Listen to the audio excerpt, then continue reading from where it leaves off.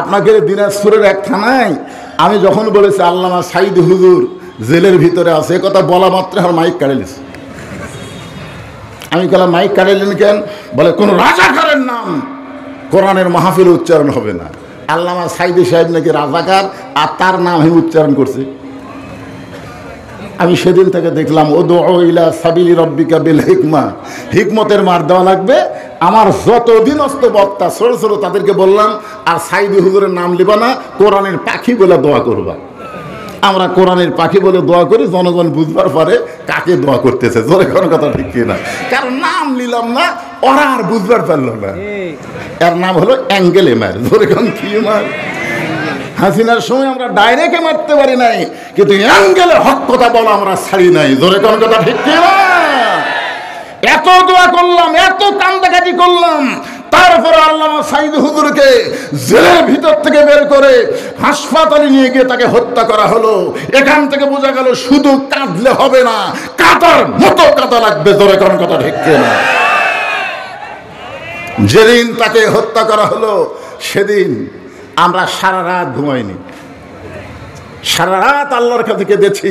তাহাজ্জুদের নামাজ পড়ে আমি সমস্ত আলেম যারা আমার মোবাইলের নাম্বারের মধ্যে আছে তাদেরকে বললাম, বাবা তোমরা কি ঘুমাইছো? না হুজুর, চোখে ঘুম ধরতেছে না। এত দোয়া করলাম, এত কাঁদা কাঁদলাম, কি হলো?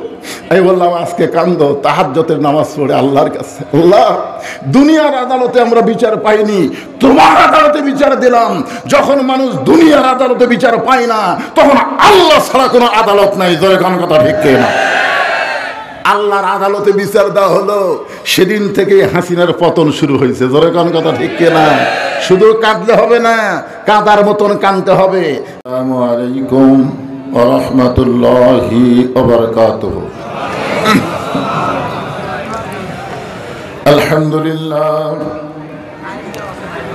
আলহামদুলিল্লাহ নাহমাদুহু ওয়া নাস্তাঈনুহু ওয়া নাস্তাগফিরুহু ওয়া নু'মিনু বিহি ওয়া নাতাওয়াক্কালু আলাইহি ونعوذ بالله من شرور أنفسنا ومن سيئات أعمالنا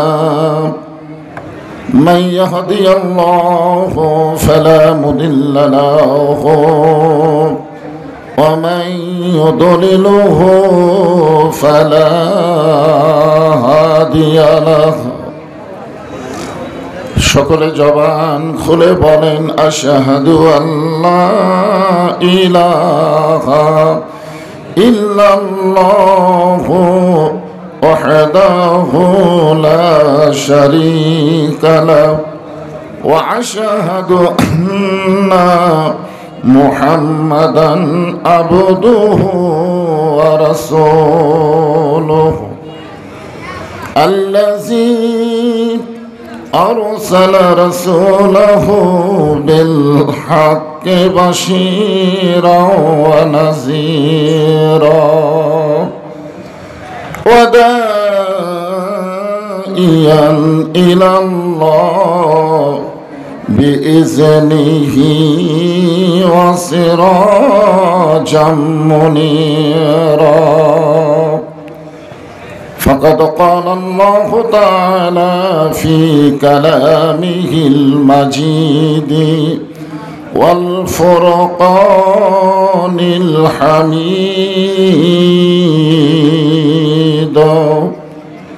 জবান খুলে সকলে পড়েন আউযু বিল্লাহি মিনাশ শাইতানির রাজিম বিসমিল্লাহির রহমানির রহিম। ইযা আসাবাতুহুম মুসিবাতুন ক্বালু ইন্না লিল্লাহি ওয়া ইন্না ইলাইহি রাজিউন।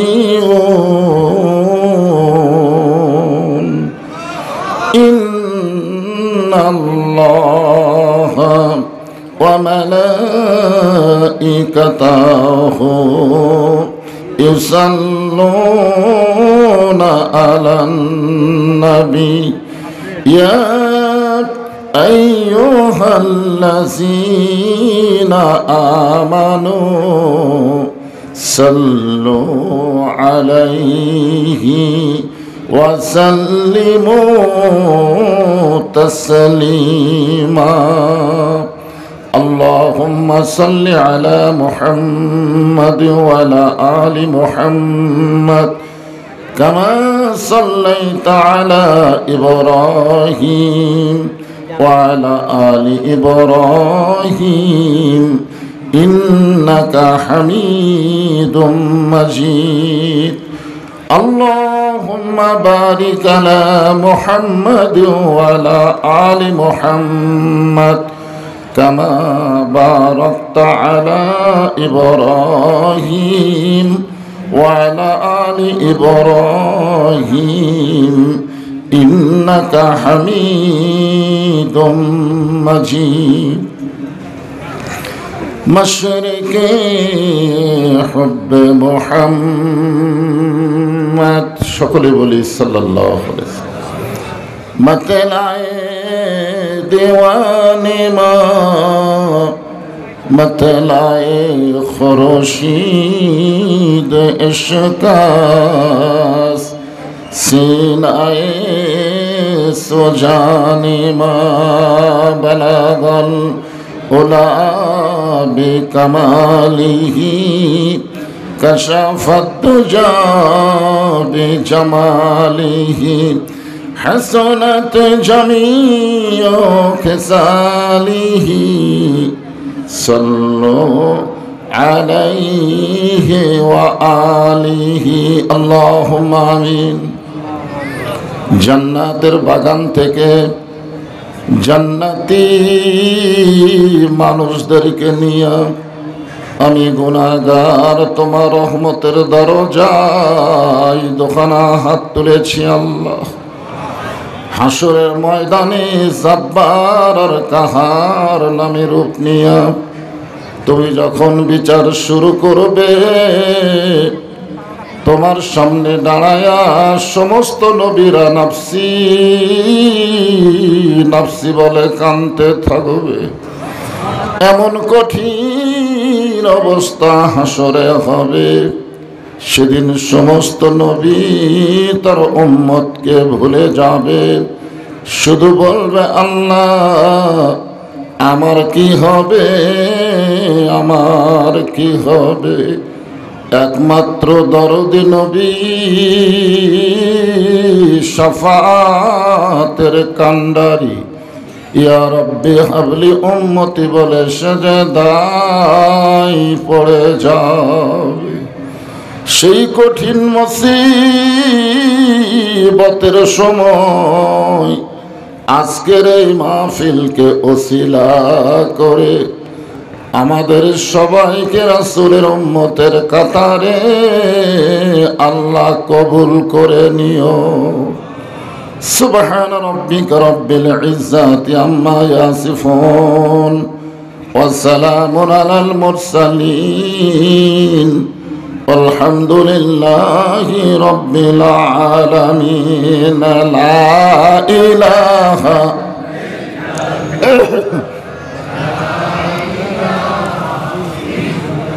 জবান খুলে লা ইলাহা ইল্লাল্লাহ লা ইলাহা ইল্লাল্লাহ লা ইলাহা ইল্লাল্লাহ লা ইলাহা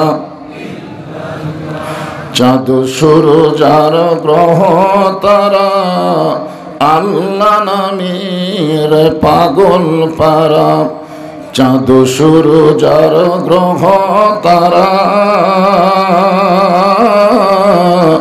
আল্লাহ নামের পাগল পারা আমার আল্লাহ নামের এতই দয়া আল্লাহ নামের এতই মায়া লুকিয়ে রাখছেন হে আল্লাহ জোরে লা ইলাহা ইল্লাল্লাহু ইল্লাল্লাহ ইল্লাল্লাহু ইল্লাল্লাহ লা ইলাহা ইল্লাল্লাহ লা ইলাহা যার দিলে আছে আমার আল্লাহর ভয়, যার মনে আছে আল্লাহর ভয়, আল্লাহ আল্লাহ সব সময়। আহার নিদ্রা ভালো লাগে না, এই দুনিয়া ভালো লাগে না, ভালো লাগে শুধু আল্লাহ লা ইলাহা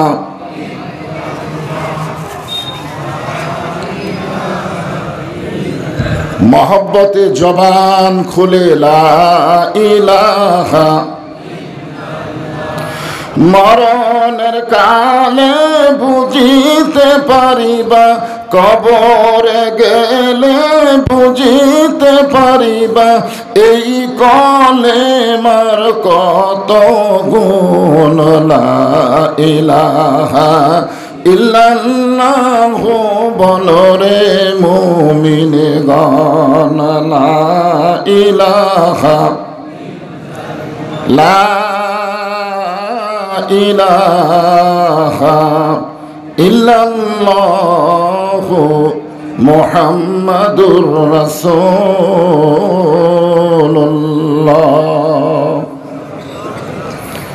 রাসূলের মহব্বতে জবান খুলে সকলে বলি সাল্লাল্লাহু আলাইহি ওয়াসাল্লাম। ইকো দেওয়া আছে নাকি? মাইকে ইকো দেওয়া আছে? ইকো থাকলে বন্ধ করে দেন, ইকো বন্ধ করে দেন। রহিমাপুর দ্বিমুখী দাখিল মাদ্রাসা যুব সমাজ কর্তৃক আয়োজিত আজকের এই তাফসিরুল কোরআন মাহফিলে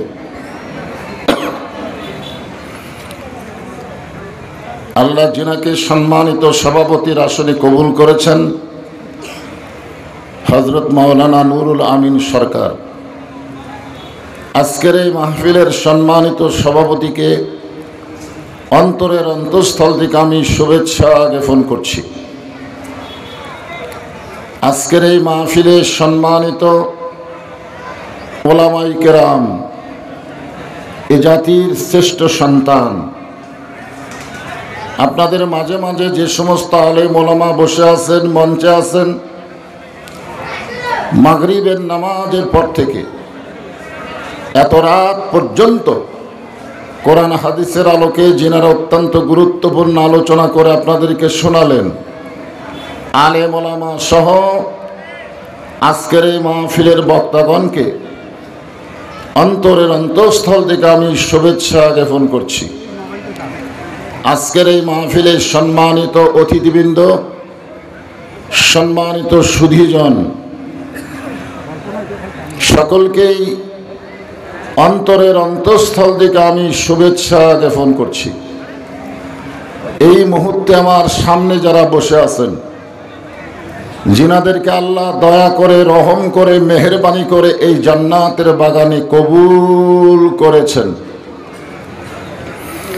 আমি যখন বললাম কবুল করেছেন তখন আপনাদের কিছু একটা বলা দরকার ছিল। আপনারা কি এরকম মনে করতেছেন যে আমি নিজের ইচ্ছায় এখানে এসেছি?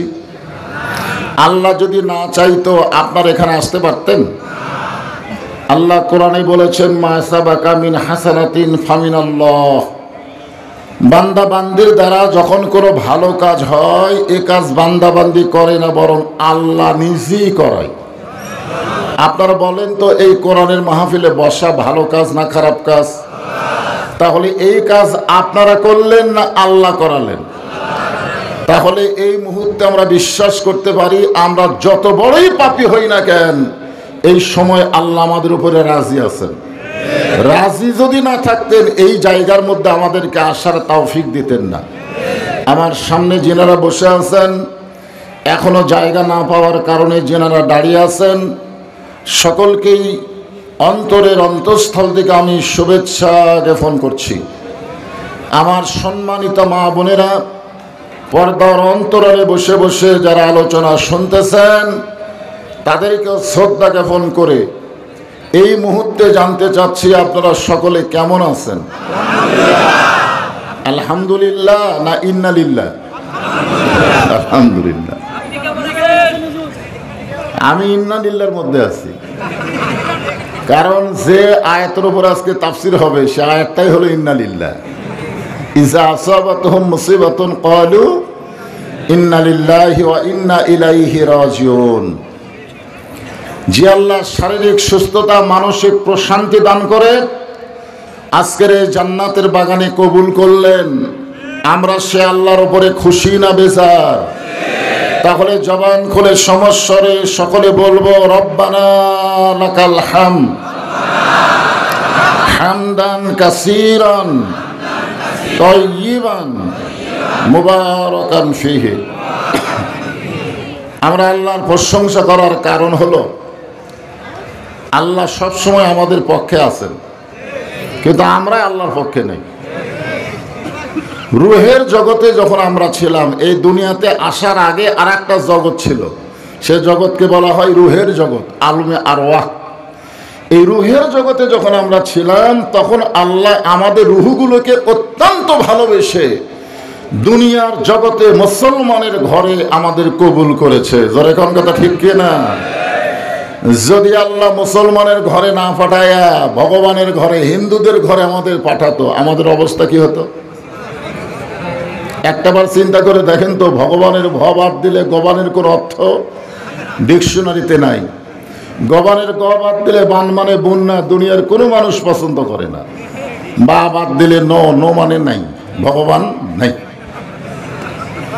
যারা ঈশ্বর বলে, গড বলে, এগুলোও নাই।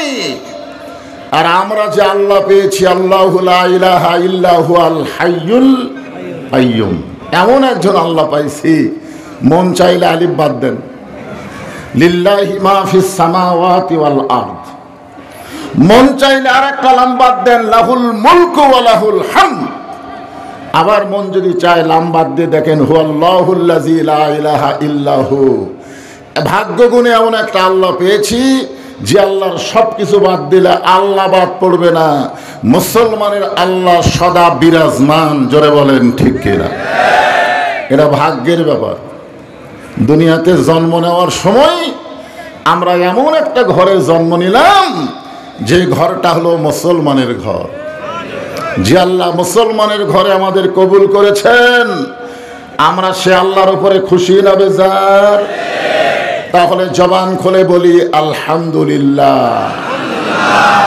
আশেপাশে যদি কোনো হিন্দু ভাইরা থাকেন বা হয়তো কি কয় আদিবাসীরা যদি থাকেন, তাহলে হয়তো মনে করতে পারেন যে হুজুর তো এক পক্ষে ওয়াজ করলো, তাহলে মুসলমানের ঘরে যারা জন্ম নিল, এই হতাশ করা লাগবে না, এটা আমার ওয়াজ না। যে কোরআনের তাফসীর শুনতে আইছেন, এই কোরআনের মধ্যে আল্লাহ বলেছেন অমাইয়াবতাগি গায়রাল ইসলাম দীনান ফালান ইউকবালা মিনহু। ইসলাম ছাড়া অন্য কোন জীবন ব্যবস্থা, ধর্ম কেউ যদি গ্রহণ করে, আল্লাহ বলেছেন কখনোই তা কবুল করা হবে না। ইন্নাদ দীনা ইনদাল্লাহিল ইসলাম। তাহলে এখানে আমার করার কিছু আছে? আপনারা বলেন তো ধর্মের মালিককে? তো সেই ধর্মেই যদি মালিকই যদি বলে দেয় আসল কোনটা ভেজাল কোনটা, তাহলে আমাদের তো করার কিছু নেই। আছে তো অন্য ধর্মের যারা আছেন, আপনারা আসলে কোনো ধর্মের মধ্যেই নাই। গোটা পৃথিবীতে ধর্ম একটা, সেই ধর্মের নাম হলো ইসলাম। জোরে বলেন কথা ঠিক কি না? আল্লাহ আমাদেরকে সেই ইসলামের মধ্যে মুসলমান হিসেবে কবুল করেছেন। ভাগ্য গুণে আমরা এমন একজন নবী পেয়েছি, এটা কিন্তু কপাল গুণে। জোরে কোন কি গুণে? এটা ভাগ্য লাগবে। আদম আলাইহিস সালাম একদিন রাস্তা দিয়ে যাচ্ছিলেন, যাওয়ার সময় দেখে তার বেটা শীষ আলাইহিস সালাম বসে আছে, কিন্তু বসার সাইজ ভালো না।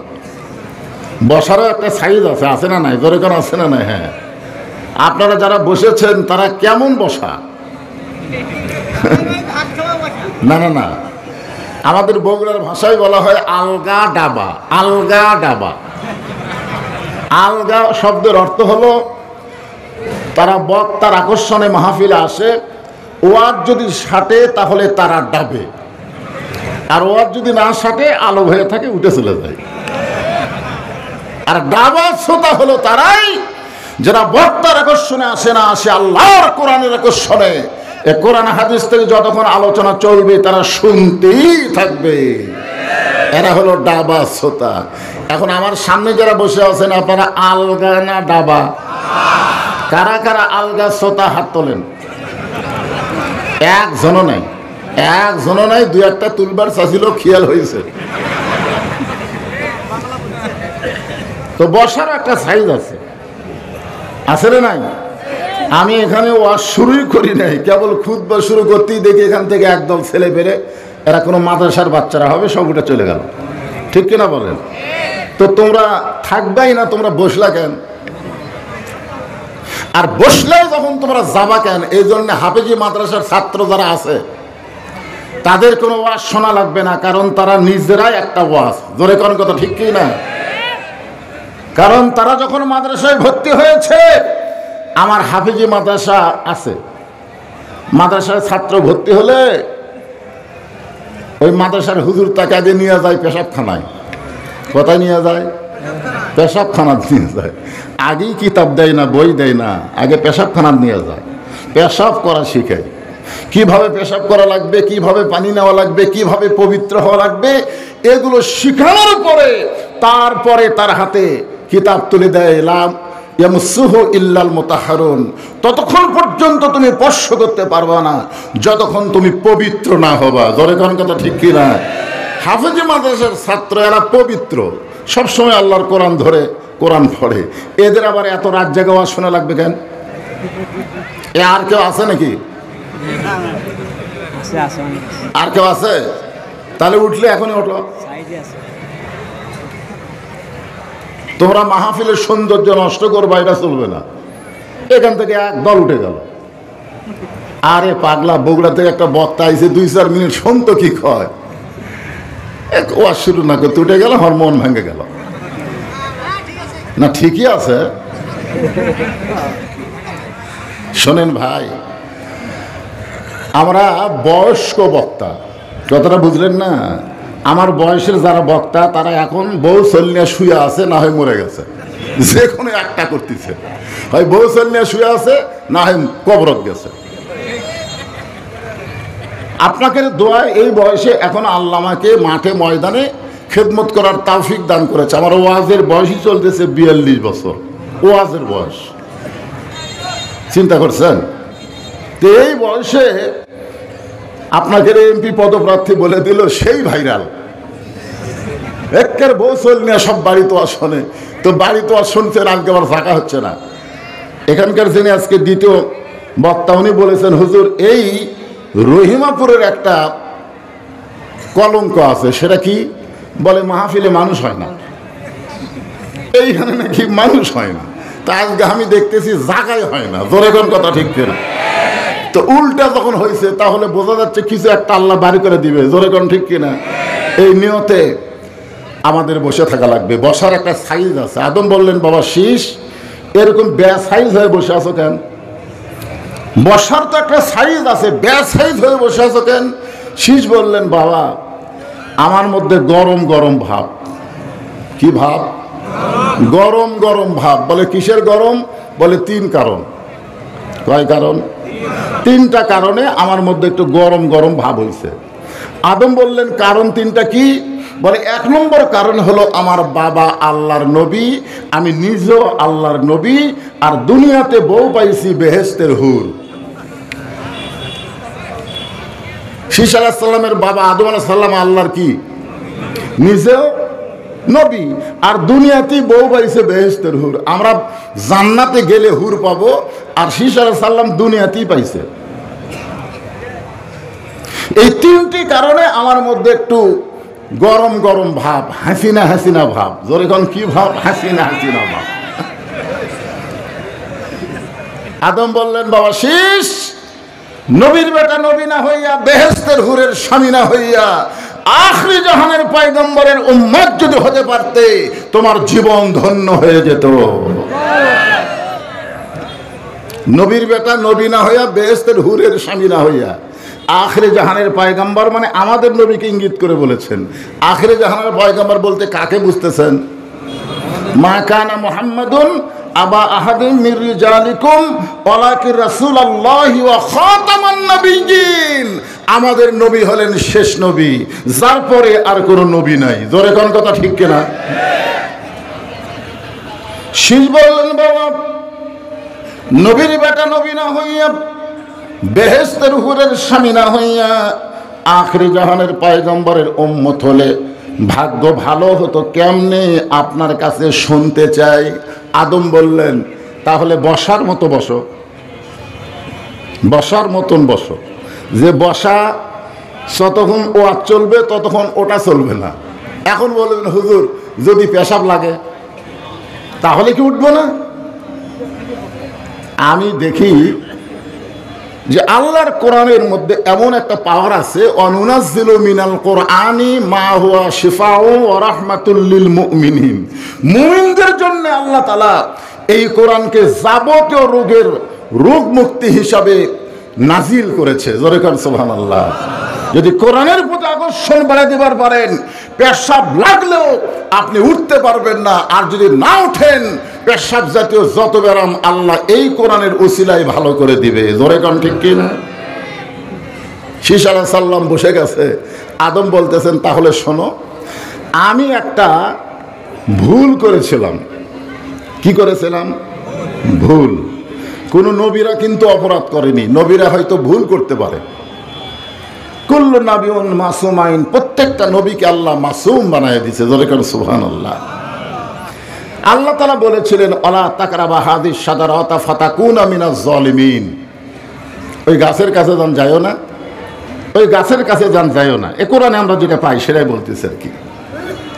ওই গাছের কাছে গেলে জালেমদের অন্তর্ভুক্ত হবে। এ কথা কি কোনো বক্তার না আল্লাহ? আপনারা বলেন নবীকে হাওয়া না আদম? এই জোরে কর, নবীকে হাওয়া না আদম? আদম।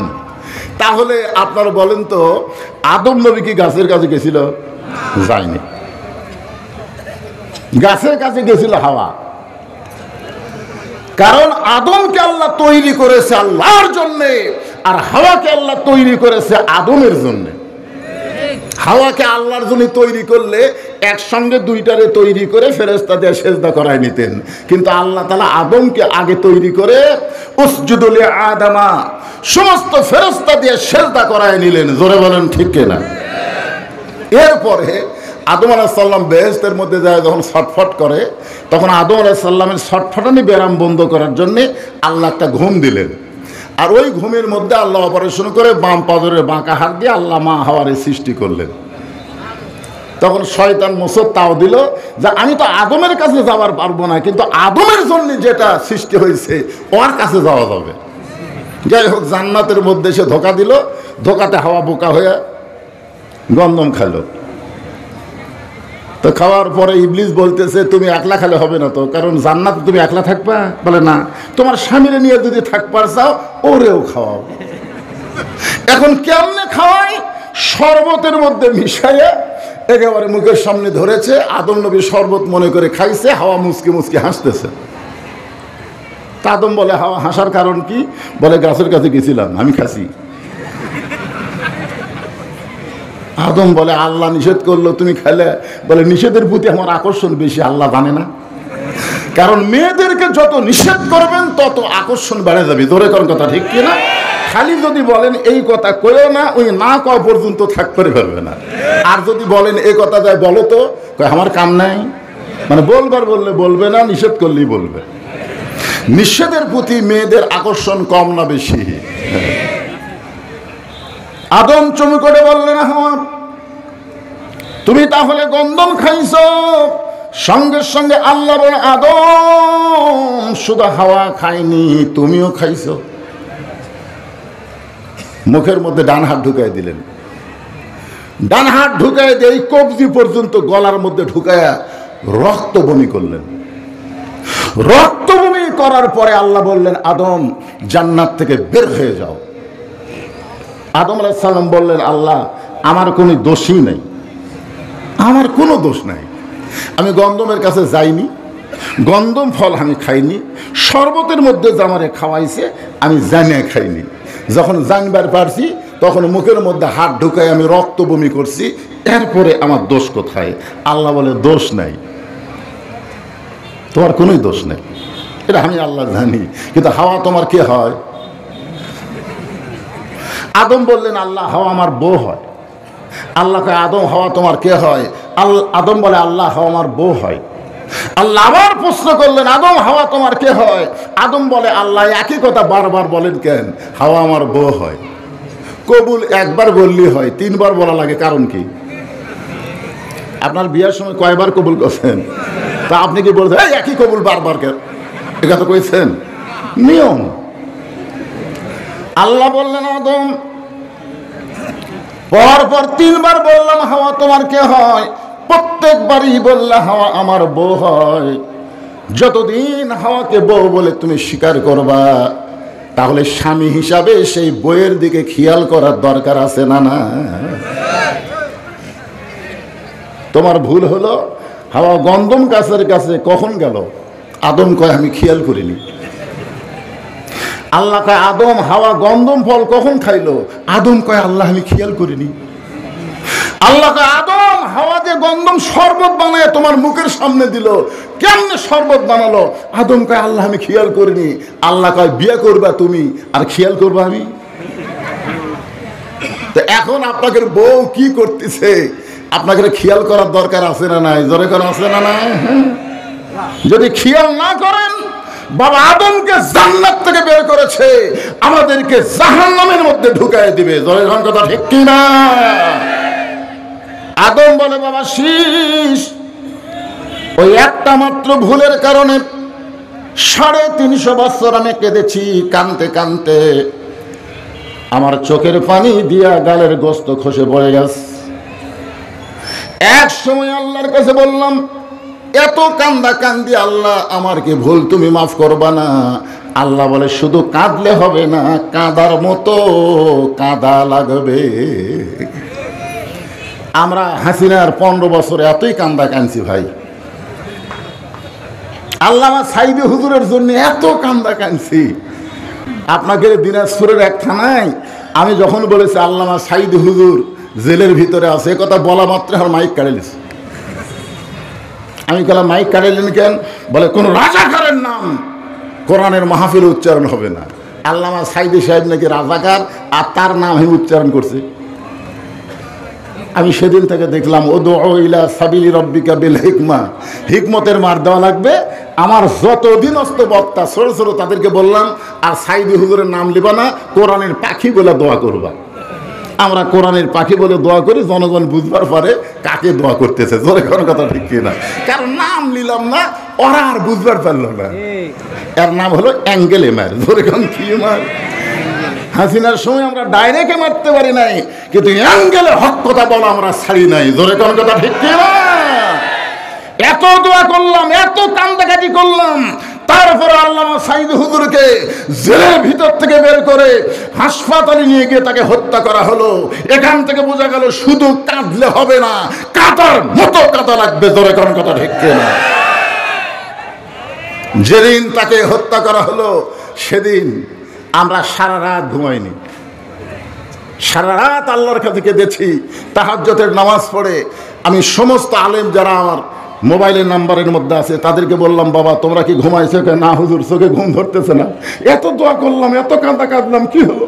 আমি বললাম, আজকে কান্দো তাহাজ্জুদের নামাজ পড়ে আল্লাহর কাছে। আল্লাহ, দুনিয়ার আদালতে আমরা বিচার পাইনি, তোমার আদালতে বিচার দিলাম। যখন মানুষ দুনিয়ার আদালতে বিচার পায় না, তখন আল্লাহ ছাড়া কোনো আদালত নাই। জয় কোন কথা ঠিক না? আল্লাহর আদালতে বিচার দেওয়া হলো, সেদিন থেকে হাসিনার পতন শুরু হয়েছে। জোরে কোন কথা ঠিক না? শুধু কাঁদলে হবে না, কাঁদার মতন কাঁদতে হবে। আল্লাহকে, আদম শুধু কাঁদলে হবে না, কাঁদার মতন কান্না করো। আদম বলে, বাবা শেষ। সঙ্গে সঙ্গে কাঁদার মতন কান্নার সাগরে যখন ডুব দিলাম, তখন দেখতে পাইলাম জান্নাতের ভিতরে লেখা লা ইলাহা ইল্লাল্লাহু মুহাম্মাদুর রাসূলুল্লাহ। আমি বললাম রব্বানা সালামনা বলে 350 বছর আল্লাহ তোমার কাছে কেঁদেছি, তুমি তওবা কবুল করো নাই, ওই মুহাম্মদ রাসূলের ওসিলা করে কাঁদতে চাই। আল্লাহ বলে আদম আর কান্দা লাগবে না, আমি আল্লাহ তোমার তওবাকে কবুল করে নিলাম। শেষ। একটা ভুল করার কারণে 350 বছর কাঁদছি রে।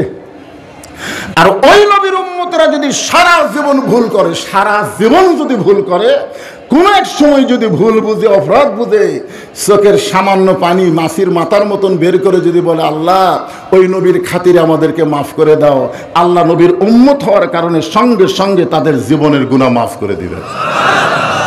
শেষ বললেন বাবা, নবী না হইয়া, নবীর বেটা না হইয়া, বেহেশতের হুরের স্বামী না হইয়া যদি আখরে জাহানের পয়গম্বরের উম্মত হতে পারতাম তাহলে ভাগ্য বড় ভালো হতো। আদম বলে শেষ, সবার ভাগ্যে ওই নবীর উম্মত হওয়া যায় না, ওই নবীর উম্মত হবার গেলে ভাগ্য লাগে। ধরে কোন কি লাগে? তাহলে আমাদের ভাগ্যটা কেমন? আছেন আমার মুক্তার, আছেন আমার ব্যারিস্টার, শেষ বিচারের হাইকোর্টেতে তিনি আমায় করবেন পার, আমি পাপী তিনি জামিনদার। আল্লাহ যখন হাকিম হইয়া আমাদেরকে আসামি বানায় বিচার শুরু করবেন, ওই সময় আমাদের নবী উকিল হয়ে ব্যারিস্টার হয়ে আমাদেরকে আল্লাহর আদালতে সুপারিশ করে আমাদের সবাইকে জান্নাতে পৌঁছায়া দিবে। সেই নবীর উম্মত হতে পেরে খুশি না বেজার? তাহলে জবান খুলে আর একবার বলি আলহামদুলিল্লাহ। এখন যেই কোরআন থেকে ইন্না লিল্লাহর তাফসীর হবে, আপনারা সারা জীবন মানুষ মরে গেলে ইন্না লিল্লাহ পড়েছেন, জোরে কোন কথা ঠিক কিনা? আজকে জেতা অবস্থায় ইন্না লিল্লাহ শোনেন। যে কোরআন থেকে ইন্না লিল্লাহর উপর আলোচনা হবে, আপনাদের সবাইকে বলতে হবে এই কোরআনে কোনো সন্দেহ। যারা বলেননি তারা কি? এতগুলো মরদ মানুষ, আর একটু জোরে কি শোনা যাবে না? এই কোরআনে কোনো সন্দেহ, এই কোরআনে কোনো ধোঁকা, এই কোরআনে কোনো গোজামি। আচ্ছা, বর্তমানে যে সংবিধান দিয়ে আমাদের বাংলাদেশ চলতেছে, এই সংবিধানের মধ্যে সন্দেহ, ধোঁকা, গোজামিল? তাহলে একজন মুসলমান হিসাবে আমাদের কোন সংবিধান গ্রহণ করা দরকার? মানুষের তৈরি না আল্লাহর নাজিল করা? তো মানুষের তৈরি সংবিধান মানবো আর আল্লাহর কোরআনের ওয়াজ শুনবো, এরাই হলো সবচাইতে বড় বিপদে। আল্লাহ বলেছেন ইজা আসাবাতুহুম মুসিবা, যখন তোমাদের সামনে বিপদ আপদ মুসিবত আসবে, ক্বালু, তখন তোমরা বলবে ইন্না লিল্লাহি ওয়া ইন্না ইলাইহি রাজিউন। শুধু কোরআনের ওয়াজ শুনলে হবে না, বাস্তবে আল্লাহর কোরআনকে গ্রহণ করা লাগবে। জোরে কোন কথা ঠিক কিনা? কথা বলেন। আপনারা তো বসে থাকা আলোর মধ্যে শুনতেছেন, কিন্তু আবু জেহেল অন্ধকার, তাও বসে না খাড়া হয়ে, হায় হায়, দাঁড়ায় সারা রাত কোরআন তেলাওয়াত শুনছে, সারা রাত। সকালবেলা গিয়ে মিটিংয়ের মধ্যে মুখ ফসকে বলে ফেলেছে এত সুন্দর কোরআনের বাণী, রাতটা কোন দিক দিয়ে গেল আমি বুঝবারই পারিনি। সুবহানাল্লাহ। দেখেন তো আবু জেহেল কি কোরআনের পক্ষে কছে না বিপক্ষে কছে? পক্ষে বলছে। এত সুন্দর কোরআনের বাণী, আজকে আওয়ামী লীগ কন, বিএনপি কন, জাতীয় পার্টি কন, যত দল আছে সব দলই বলবে কোরআন আল্লাহ। জোরে কোন কথা ঠিক কিনা? এত সুন্দর কোরআনের বাণী, রাতটা কোন দিক দিয়ে গেল আমি বুঝবারই পারিনি। আবু সুফিয়ান বলে নেতা, যেই কোরআন শুনতে রাত কোন দিক দিয়ে যায় বোঝা যায় না, সেই কোরআন ধরলে অসুবিধা কি? মানে শুনলেই যদি এত মজা হয় তাহলে সেটা ধরলে অসুবিধা কি? আবু জেহেল বলতেছে তুই আমার কাছে আয়, কারণ তুই এমন প্রশ্ন করছিস এটা জোরে বলা যাবে না, কারণ হক কথা জোরে বলার পরিবেশ নেই। আবু সুফিয়ান যখন আবু জেহেলের কাছে আইছে, কানে কানে বলতেছে এই কোরআনকে গ্রহণ করলে তোর আমার ভুয়া নেতৃত্ব চলবি না। আজও যারা বাংলাদেশে কোরআনের বিরুদ্ধে চারণ করে, ইসলামের রাজনীতি নাই, কোরআনের রাজনীতি নাই, বুঝবেন এরা হলো আবু জেহেলের দোসর। জোরে গান কথা ঠিক কিনা? কারণ এরা চায় না আল্লাহর কোরআন দিয়ে রাষ্ট্র চলুক। কোরআন খালি ওয়াজ শোনো, কোরআন খালি তেলাওয়াত করো, মানুষ বললে কোরআন খতম দেখো, রব্বানা জালামনা, আল্লাহ কায় দোয়া কবুল হবি না। জোরে কোন কথা ঠিক কি না? এখন আপনারা বলেন আবু জেহেল মার্কার নেতা এরাও চায় সারা রাত কোরআন শুনতে, কিন্তু কোরআন গ্রহণ করবি না। আজকে আমার সামনে যারা বসেছেন, এই কোরআনকে গ্রহণ করতে হবে কিভাবে? আল্লাহ সেটা কোরআনের প্রথমেই বলেছেন, জালিকাল কিতাবু লা রাইবা ফি হুদাল লিন্নাস।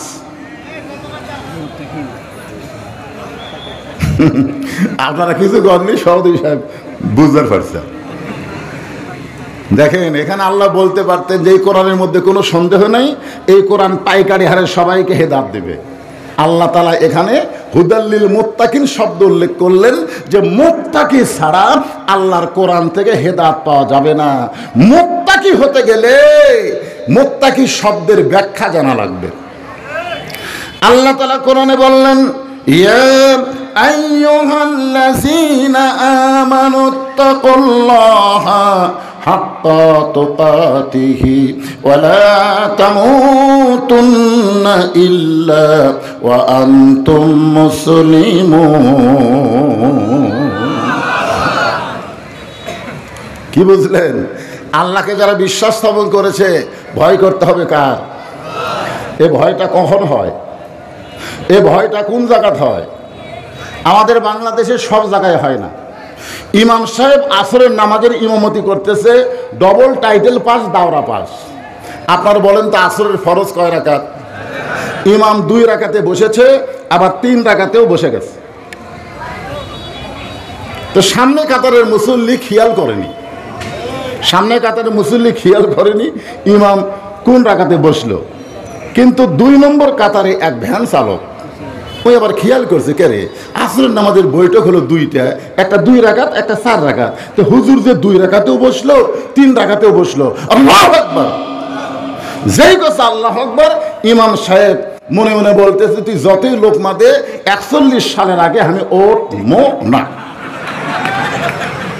এই মনে করে নেতা বসে আছে। আপনারা বলেন তো, মসজিদের মুসল্লি নেতার পক্ষ নিবে না ভ্যানালার পক্ষে নিবে?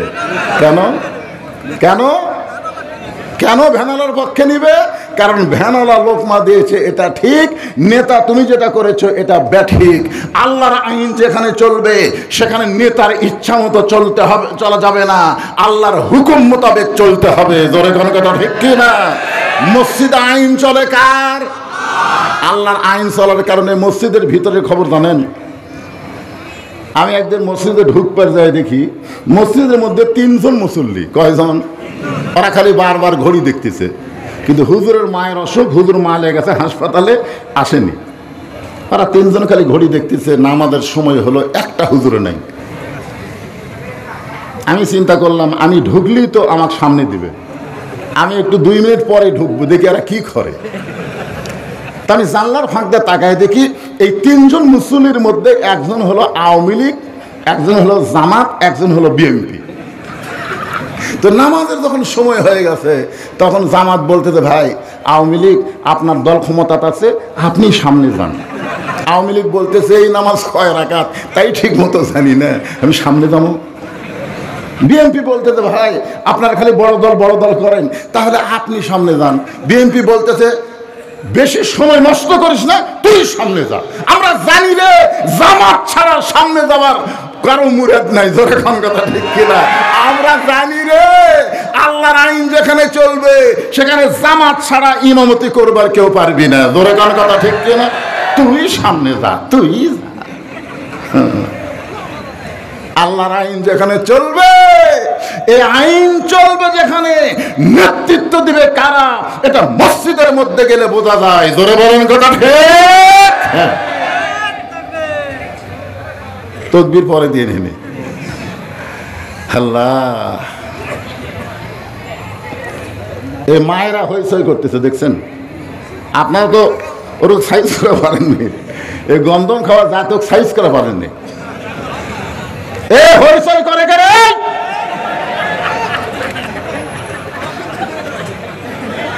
আপনি বিশ্বাস করেন, যার বউ কথা বলতেছে আর ওই বউয়ের কথা আমার কানত আসতেছে, পরপুরুষ শুনতেছে, ওই স্বামী জান্নাত যাওয়ার পারবি না, পারবে না।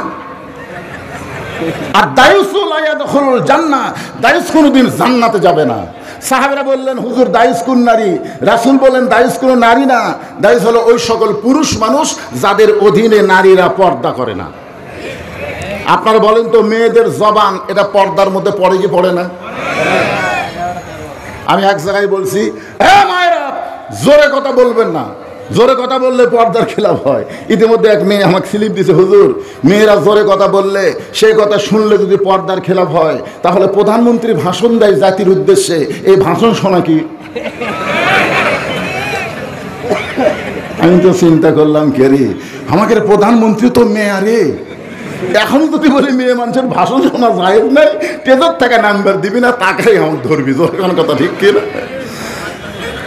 এমন সময় আল্লাহর কোরআন আমার সামনে আসলো, এসে বলতেছে, মাওলানা কোনো টেনশন নাই, উদউ ইলা সাবিলি রাব্বিকা বিল হিকমা, হেকমতের সাথে বলে দাও। এমন ভাবে হেকমতের সাথে বললাম, জায়গা মতো পড়লো, কিন্তু ওরা বুঝবার পারলো না। এর নাম হলো আঙ্কেলে মার, ধরে কোন কি মা।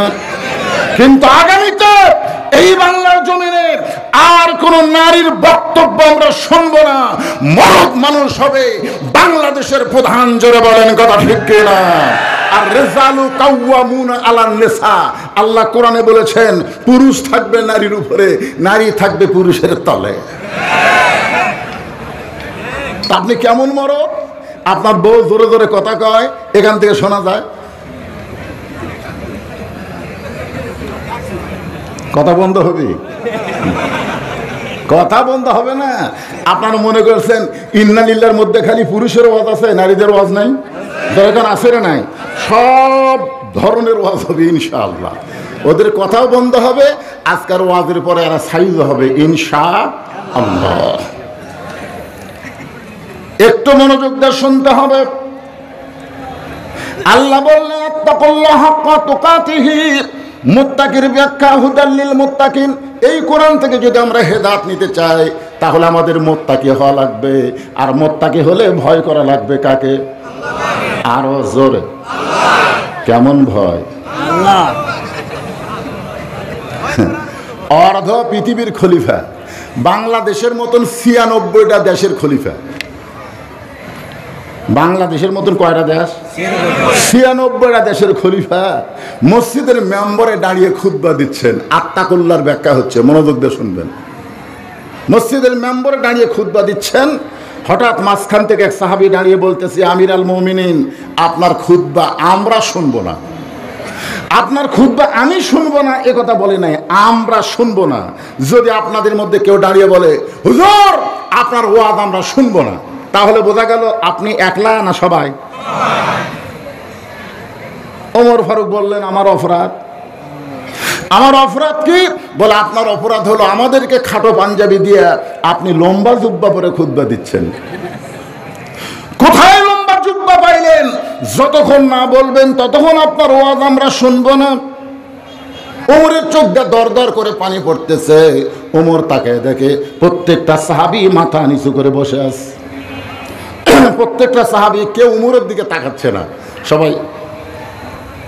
ওমর বুঝবার পারলো আমার পক্ষে কেউ নাই। এমন সময় আব্দুল্লাহ ইবনে ওমর ফারুকের সন্তান বাবার পাশে গিয়ে বললেন, রে নবীর সাহাবীরা, চোখ তোলো, নিচের দিকে থাকো না, চোখ তোলো। আমার বাবা কোনো মেয়ে মানুষ না। কুল্লিল মুমিনিনা ইয়াগুদ্দু মিন আবসারিহিম, মুমিনদের নজর নিচে করতে হবে কখন? যখন তারা পর নারীকে দেখবে। জোরে কোন কথা ঠিক কিনা? আমার বাবা কোনো নারী নয়। মাথা তুলো। সমস্ত সাহাবীরা মাথা তুলেছে।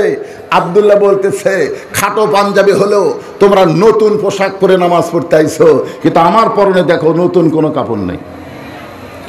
ওসমান গনি বলে, আব্দুল্লাহ আজকে জুমার দিনে সবাই নতুন কাপড় পরেছে, তুমি কেন নতুন কাপড় পরো নাই? আব্দুল্লাহ বলতেছে, আমি যদি নতুন পোশাক পরতাম তাহলে আমার বাবার জুব্বা লম্বা হতো না।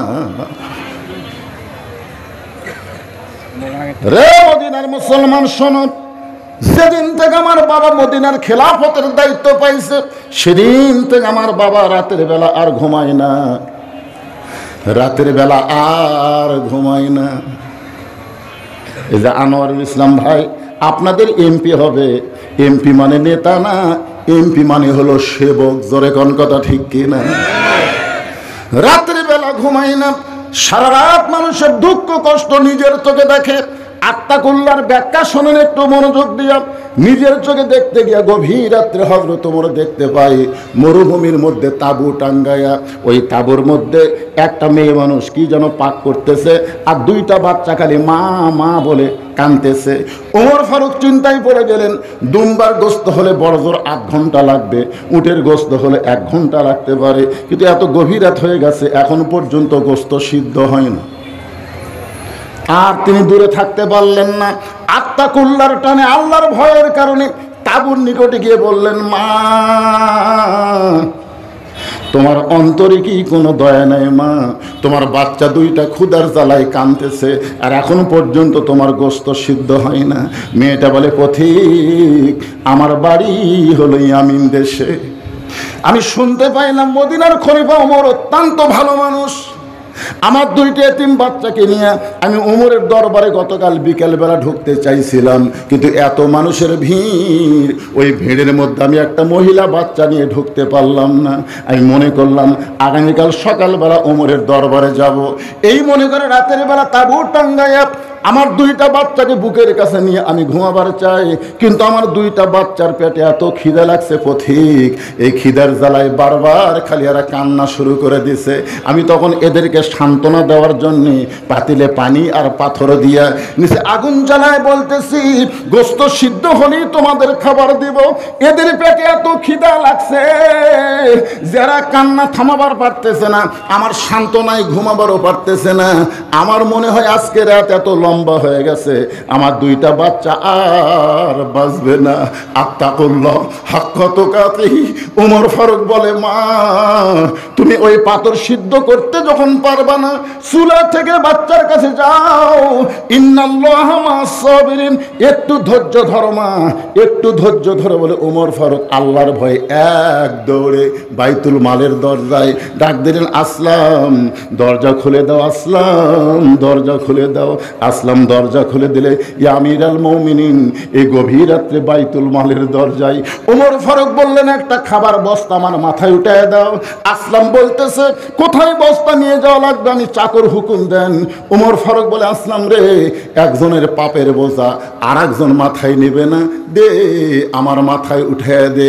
অউলিল আমরে মিনকুমকে মানতে গিয়া চাকর আসলাম ওমর ফারুকের মাথায় খাবার বস্তা যখন উঠায় দেয়, ওমর ফারুক বস্তা নিয়ে এত জোরে দৌড় দেয়, পিছন দিক থেকে আসলাম কান্দের বলা, আমিরাল মুমিনিন এত জোরে দৌড়াইতে গিয়ে আপনি পড়ে আপনার কষ্ট হবে।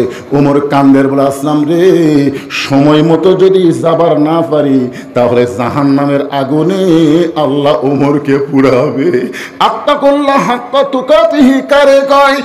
এক দৌড়ে তাঁবুর নিকটে গিয়ে বললেন, মা তোমার দুইটা সন্তান কি এখনো জীবিত আছে মা? মেয়েটা বলতেছে এখনো জীবিত আছে। তাহলে এই বস্তা থেকে খাবার বের করে রুটি আর হালুয়া তৈরি করে দাও। রুটি আর হালুয়া যখন তৈরি করে দেয়, ওমর ফারুক দুইটা বাচ্চাকে দুই উরাতের উপরে নিয়ে ওই রুটি হালুয়া মুখে যখন দেয়, ওমরের চোখটা দর দর করে পানি পড়তেছে। আর আইতাল্লাযী ইউকাযযিবু বিদ্দিন ফাযালিকাল্লাযী ইয়াদুল ইয়াতীম ওয়ালা ইয়াহুদ্দু আলা তুআমিল মিসকিন। আল্লাহ গো, এরাই দিনের ব্যাপারে সবচাইতে বড় মিথ্যাবাদী, যারা এতিমদের খোঁজ খবর নেয় না। আল্লাহ দুইটা এতিম ক্ষুধার জ্বালায় কেঁদেছে কত কষ্টে। আমার আসতে দেরি হয়ে গেছে, মুখে খাবার তুলে দেয় আর পাগলের মতন কান্দার বলে, আল্লাহ এই অধমকে জাহান্নামের আগুন থেকে তুমি হেফাজত করো, এই অধমকে তুমি জাহান্নামের আগুন থেকে বাঁচায় দাও। মেয়েটা বলে, পথিক ভালো মানুষের গল্প শুনেছি, কিন্তু মানুষ এমন ভালো হয় কোনোদিন কল্পনা করিনি।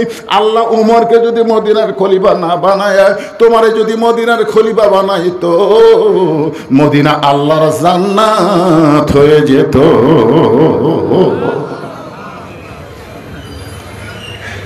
আল্লাহর ভয় মানুষের তৈরি আইন দিয়ে কোনোদিন আসবে না। আল্লাহর ভয় আনতে গেলে আল্লাহর কোরআনের আইন লাগবে। জোরে কোন কথা ঠিক? আজকে আপনাদের নবাবগঞ্জে মডেল মসজিদ আপনি যদি জোহরের নামাজ পড়তে যান, আপনার পায়ে যদি 2000 টাকার জুতা থাকে, আপনি বলেন তো এই জুতাটা আপনি রাখবেন কোথায়? কোথায় রাখবেন? দরজা থুয়ে যাবেন? আল্লাহর ভয়ে জুতা দরজা থুয়ে আপনি যদি সামনে কাতারে নামাজ পড়বার চান, আশা দেখবেন আপনি আছেন, জুতা নেই। এই জন্যে চোরের ভয়ে, জোরে কন কার ভয়ে? কথা কন না কেন? দরজার থেকে যখন জুতা খুলে হাতত লিছে, সত্যি করে বলেন তো এই লোকটা কার ভয়ে জুতা লিছে? চোরের ভয়ে জুতা নিয়ে যখন মসজিদে যাচ্ছে, মুয়াজ্জিন সাহেব জিজ্ঞাসা করতেছেন কার ভয়ে? আল্লাহর ভয়ে। তো আল্লাহর ভয়ে জুতা কেন? আল্লাহর ভয় চোরেরও ভয়, একই কলিজার মধ্যে যদি রয় তারা কোনোদিন নামাজ কবুল হবে না। নামাজ কবুল করতে গেলে একমাত্র ভয় করতে হবে আল্লাহর। জুতা চুরি নয়, সোনার টোপলা ছুলেও কেউ ওটা হাত দিয়ে স্পর্শ করবে না যদি আল্লাহর আইন চালু হয়। জোরে বলেন কথা ঠিক কিনা?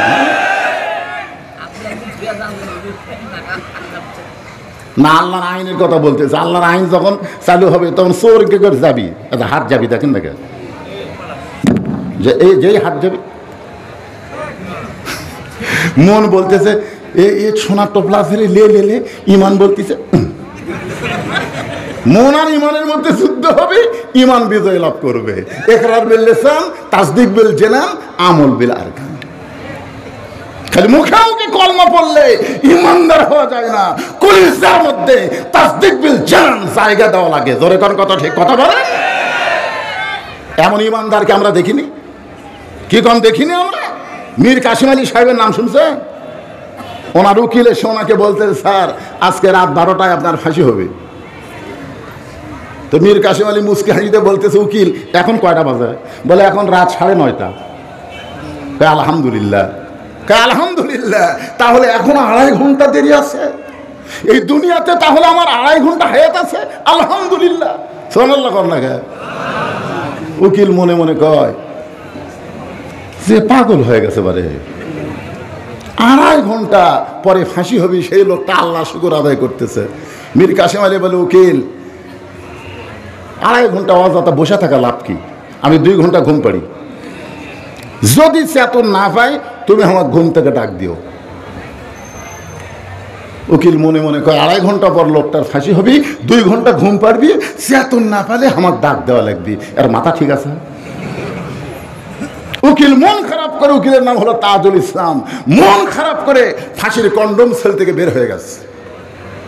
মন যতই খারাপ হোক, 2 ঘন্টা পর চিন্তা করতেছে যাই তো লোকটার খবর কি। ফাঁসির কন্ডম সেলে উকিল ঢুকে দেখে মীর কাসিম আলী নাক ডাকা ঘুম পাড়তেছে। সর্বনাশ, এরা তো ভেজাল না, তা আসল ঘুম। পাও নড়াইছে, লাভটা বলতেছে কে ভাই ফাঁসির টাইম হয়েছে? কয় না স্যার এখন 8 ঘন্টা আছে। কয় আলহামদুলিল্লাহ। ওযু করে 2 রাকাত নামাজ পড়ে, কোরআনের সূরা মূল আর মুজাম্মিল তেলাওয়াত করে, ফাঁসির কন্ডম সেলের মধ্যে সবচাইতে ভালো পাঞ্জাবিটা গায়ে পরে শিরোনে দিয়ে মাথার চুল হাসড়ায় বলতেছে, উকিল দেখো তো আমারে কেমন লাগতেছে। উকিল কান্দার বলে, স্যার এখন আপনার ফাঁসি হবে, আপনি কি শ্বশুর বাড়ি যাবেন নাকি? এমন করে কেন বলতেছেন? মীর কাসিম আলী বলতেছে, তাসদিক বিল জানান, কলিজার ঈমান আমাকে বলতেছে ফাঁসির মাধ্যমে আল্লাহ তাআলা আমাকে অমর করে দিবে। ওয়ালা তাকুলু লিমান ইউকতালু ফি সাবিলিল্লাহি আমওয়াতুন বাল আহইয়াউ ওয়ালাকিন লা তাশউরুন।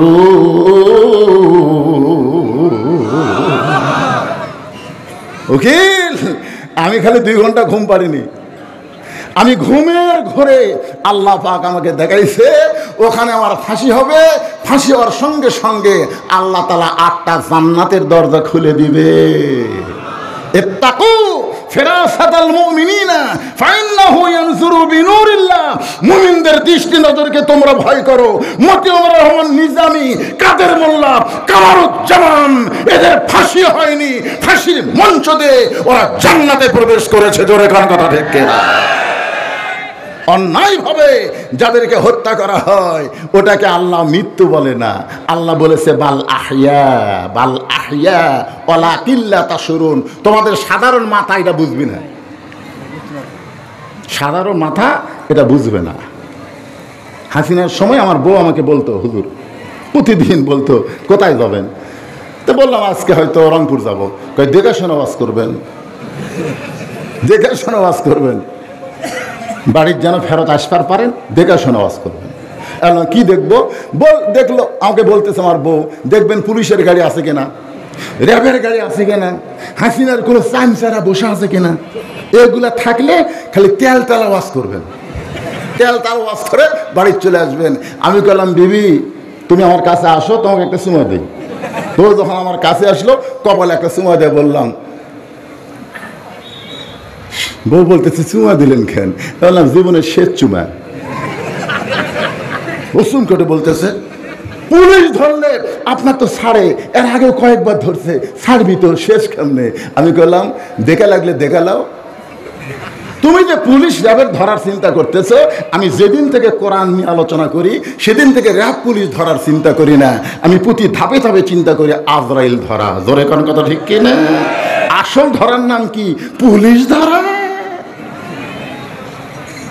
কতগুলো নেতারা পলায় আছে, বাংলাদেশে ঢুকলি আমরা গ্রেফতার হবো। আল্লাহ কয় জাগা মতো ধরামো রে, জাগা মতো ধরামো। জোরে কোন কথা ঠিক কিনা? ফেরাউনকে আল্লাহ ধরেনি, ধরেনি, ধরে নাই। এই ফেরাউনের গোষ্ঠীকে আল্লাহ জাগা মতো ধরবে, জাগা মতো। বলতে যে ফিরে আসবো, ফিরে আসা লাগবি না, তোর আগেই ধরা হবে। জোরে কোন কথা ঠিক কিনা? একটু মনোযোগ দিয়ে কথাগুলো শুনবেন। আব্দুল্লাহ বলতেছে রে নবীর সাহাবীরা, তোমরা খাটো পাঞ্জাবি হলেও তো নতুন পোশাক পরে নামাজ পড়তে আইছো, আমার পরনে তাকায় দেখো, আমার পরনে নতুন কোনো কাপড় নাই। ওসমান গনি বলে আব্দুল্লাহ আজকে জুমার দিনে সবাই নতুন পোশাক পরেছে, তুমি পুরাতন কাপড় পরলে কেন? আব্দুল্লাহ বলতেছে আমি যদি নতুন পোশাক পরতাম তাহলে আমার বাবার জুব্বা লম্বা হতো না। আজকে সবাই যখন ঘুমাইছিল আমার বাবা চুপি চুপি আমার ঘরের দরজায় আমাকে আব্দুল্লাহ আব্দুল্লাহ বলে ডাকতেছে। আমি দরজা খুলে তাকায় দেখি বাবার হাতে একটা পাঞ্জাবি। বাবার হাতে একটা পাঞ্জাবি দেখে আমি খুশি হয়ে বললাম বাবা একটা পাঞ্জাবি বাইতুল মাল থেকে আমারে দিছে, আর গভীর রাত্রে আপনি আর একটা দিবে রাখছেন। সঙ্গে সঙ্গে ওমর ফারুক আল্লাহর কোরআন থেকে তেলাওয়াত করলেন, ইন্নাল্লাহা ইয়ামুরুকুম আন তুআদ্দুল আমানাতি ইলা আহলিহা ওয়া ইযা হাকামতুম বাইনান নাস আন তাহকুমু বিল আদল। বিএনপির আমলে জামাত ইসলাম থেকে দুইজনকে মন্ত্রিত্ব দেওয়া হয়েছিল। জোরে কোন কথা ঠিক কিনা? তাদেরকে তোমরা বহু দোষী করতে পারো, উনবীক্ষণ যন্ত্র দিয়ে খুঁজেছে, এই মন্ত্রিত্ব অবস্থায় তারা 1 টাকারও দুর্নীতি করেনি। জোরে কোন কথা ঠিক কিনা? 1 টাকারও দুর্নীতি খুঁজে পায় নাই। কি মনে করতেছ? ওমর ফারুক বলেন আব্দুল্লাহ বাইতুল মাল থেকে আর একটা পাঞ্জাবি পাইছো, আর একটা আমি তোমাকে দিবারাইছি। আল্লাহ কোরআনে কি বলেছেন? ইন্নাল্লাহা ইয়ামুরুকুম আন তুআদ্দুল আমানাতি ইলা আহলিহা ওয়া ইযা হাকামতুম বাইনান নাস আন তাহকুমু বিল আদল। মানুষের মধ্যে কাউকে যখন বিচারকের আসন দেওয়া হবে সে নিজের ইচ্ছা মতো বিচার করবে না, সে আল্লাহর আইন মোতাবেক বিচার করবে। জোরে কোন কথা ঠিক কিনা? আজকে বাংলাদেশের বিচার কি? আমার ওয়াজের মধ্যে শুনছেন 10 বছর আমের চাষ করে আম বাগানে দেখতে গেছে জ্যৈষ্ঠ মাসে আম পাকছে কিনা। আম পাকছে কিনা দেখবার গিয়ে দেখে ছোট্ট একটা বাচ্চা গাছের ডালে বসে আম পাড়তিছে। পাকা পাকা আম পাড়ে ব্যাগের মধ্যে তোলে। বাগানের মালিক কয় কে রে, আমার পরিবারের কেউ একটা আম খায়নি, আর তুই আমার গাছে জোড়া আম পাড়তেছিস, তোর বাপকে গিয়ে বিচার দে মোরে। ছেলে খালি মুসকি মুসকি হাসে। বাগানের মালিক বলে হাসিস কেন? বলে আমার বাবা কোথায় খুঁজবার যাবেন, আমার বাবাও আর এক গাছে চড়ছে। বাগানের মালিক মাটিত বসে কান দেয়ার কয় আল্লাহ বিচার দেবো কার কাছে? বেটাও চোর, বাপও চোর। 5ই আগস্টের পরে সব দেখা গেছে কারা বিচার করবে, কারা চুরি করবে, কারা চাঁদাবাজি করবে। জোরে কোন কথা ঠিক কিনা? এই সারা চামচাও চোর, নেতাও চোর। জোরে কোন কথা ঠিক কিনা? সব চোর, সব চোর।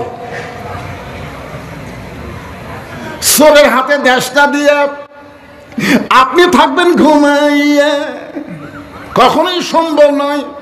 ওমর ফারুক বলে আব্দুল্লাহ রে, এই পাঞ্জাবি আমার ভাগে পড়েছে, আমি পাঞ্জাবি গায়ে দিকে এত খাটো, এই পাঞ্জাবি পরে আগামীকাল খুতবা কেমনে দিব বাবা? তোর পাঞ্জাবিটা আমাকে আল্লাহর হস্তে দান করে দে। তোর পাঞ্জাবি আমার পাঞ্জাবি মিলে আমি একটু লম্বা জুব্বা বানাবার চাই। আব্দুল্লাহ বলে আমার অংশটুকু আমি আমার বাবাকে দান করে দিলাম। দান করার পরে বাবার পিছনে পিছনে রওনা দিলাম। বাবা দেখি কোথায় যায়? বাবা ঘরের মধ্যে ঢুকে সারা রাত ধরে তার পাঞ্জাবি আমার পাঞ্জাবি মিলে সেলাই করে লম্বা জুব্বা বানাইছে। সেই জুব্বা পরে খুতবা দেয়। এখন বলো খুতবা শোনা যায় কিনা যায়? সমস্ত সাহাবীরা চিৎকার করে বলে আত্তাকুল্লাহ হাক্কা তুকাতিহি। আল্লাহর কোরআনে যখন রাষ্ট্র চলবে এমন নেতাই মুসলমান দেখতে পাবে। তাহলে সেই কোরআন শুধু ওয়াজের মাহফিলে রাখলে হবে না, কোরআন বাস্তব জীবনে গ্রহণ করা লাগবে। ধরে গণ ঠিক কিনা? ইজা আসাবাতুহুম মুসিবা, যখন বিপদ আপদ মুসিবত আসবে ক্বালু, তখন তোমরা বলবে ইন্না লিল্লাহ। আপনারা বলেন তো, যতদিন পর্যন্ত বাংলার মুসলমান কোরআন শুনবে, কোরআন অনুযায়ী না চলবে, ততদিন পর্যন্ত রহমত না বিপদ? জবান খুলে বলা লাগবে রহমত না বিপদ?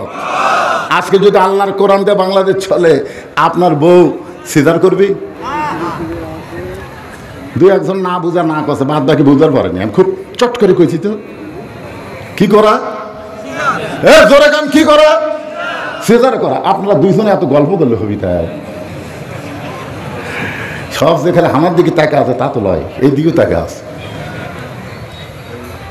আমার মায়েদের জন্য বলতেছি, মা এই যে 3টা মানুষ আমরা বসে আছি, এই যে চেয়ারত যারা বসে আছে, একটাও সিজার করা লয়, একটাও লয়। আপনারা কোন তো আমরা কি মরে গেছি? আমাদের মায়েরাও কি মরে গেছিল? আমরা আগে গান গাইতাম, কি বলবো প্রসবের কথা, মা বিনে সেই ব্যথা কেউ তো বুঝিবে না, মাজন ঠেকিয়া সন্তানের দায়, অকালে মা মারা যায়, কেন সে মায়ের ভক্তি করো না, এমন দরদি ভাবে কেউ হবে না আমার মা গো। এই গান এখন গেলে লোকজন কি কবি? হুজুর বাদ দেন,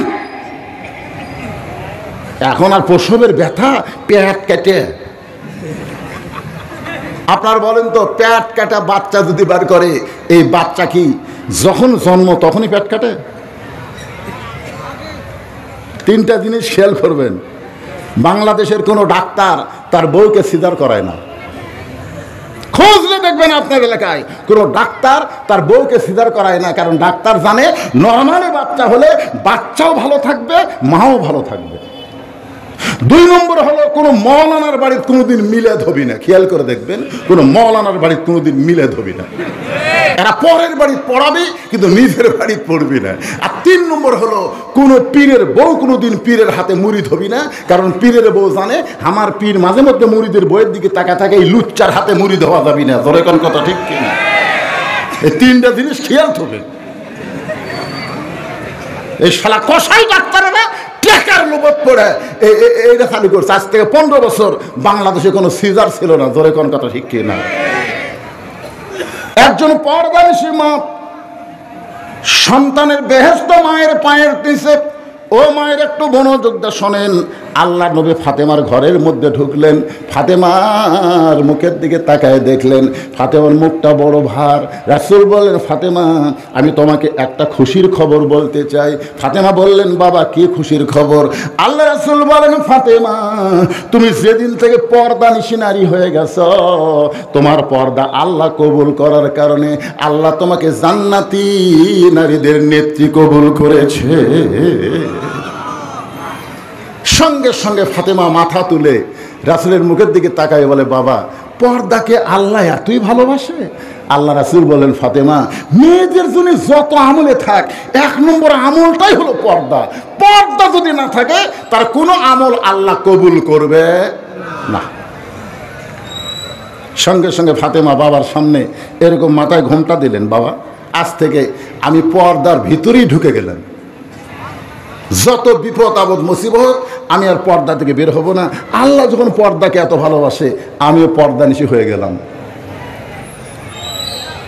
এশার নামাজের পরে হযরত আলী যখন ঘরের ভিতরে, আলী তাকায় দেখে ঘরটা খুব সুন্দর করে সাজানো, হাসান হোসেনকে সুন্দর করে সাজে বসে রাখছে ফাতেমা, নিজেও সাইজা গুইজা আছে।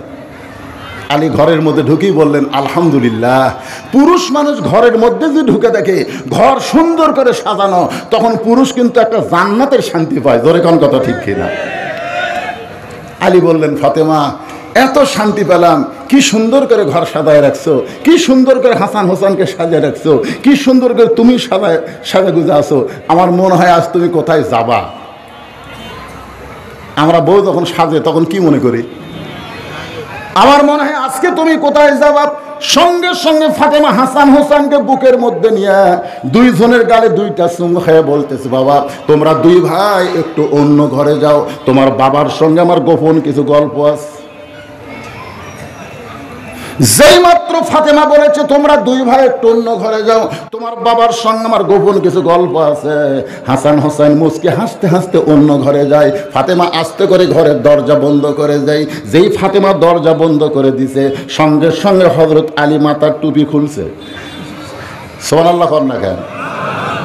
কি বুঝতেছেন?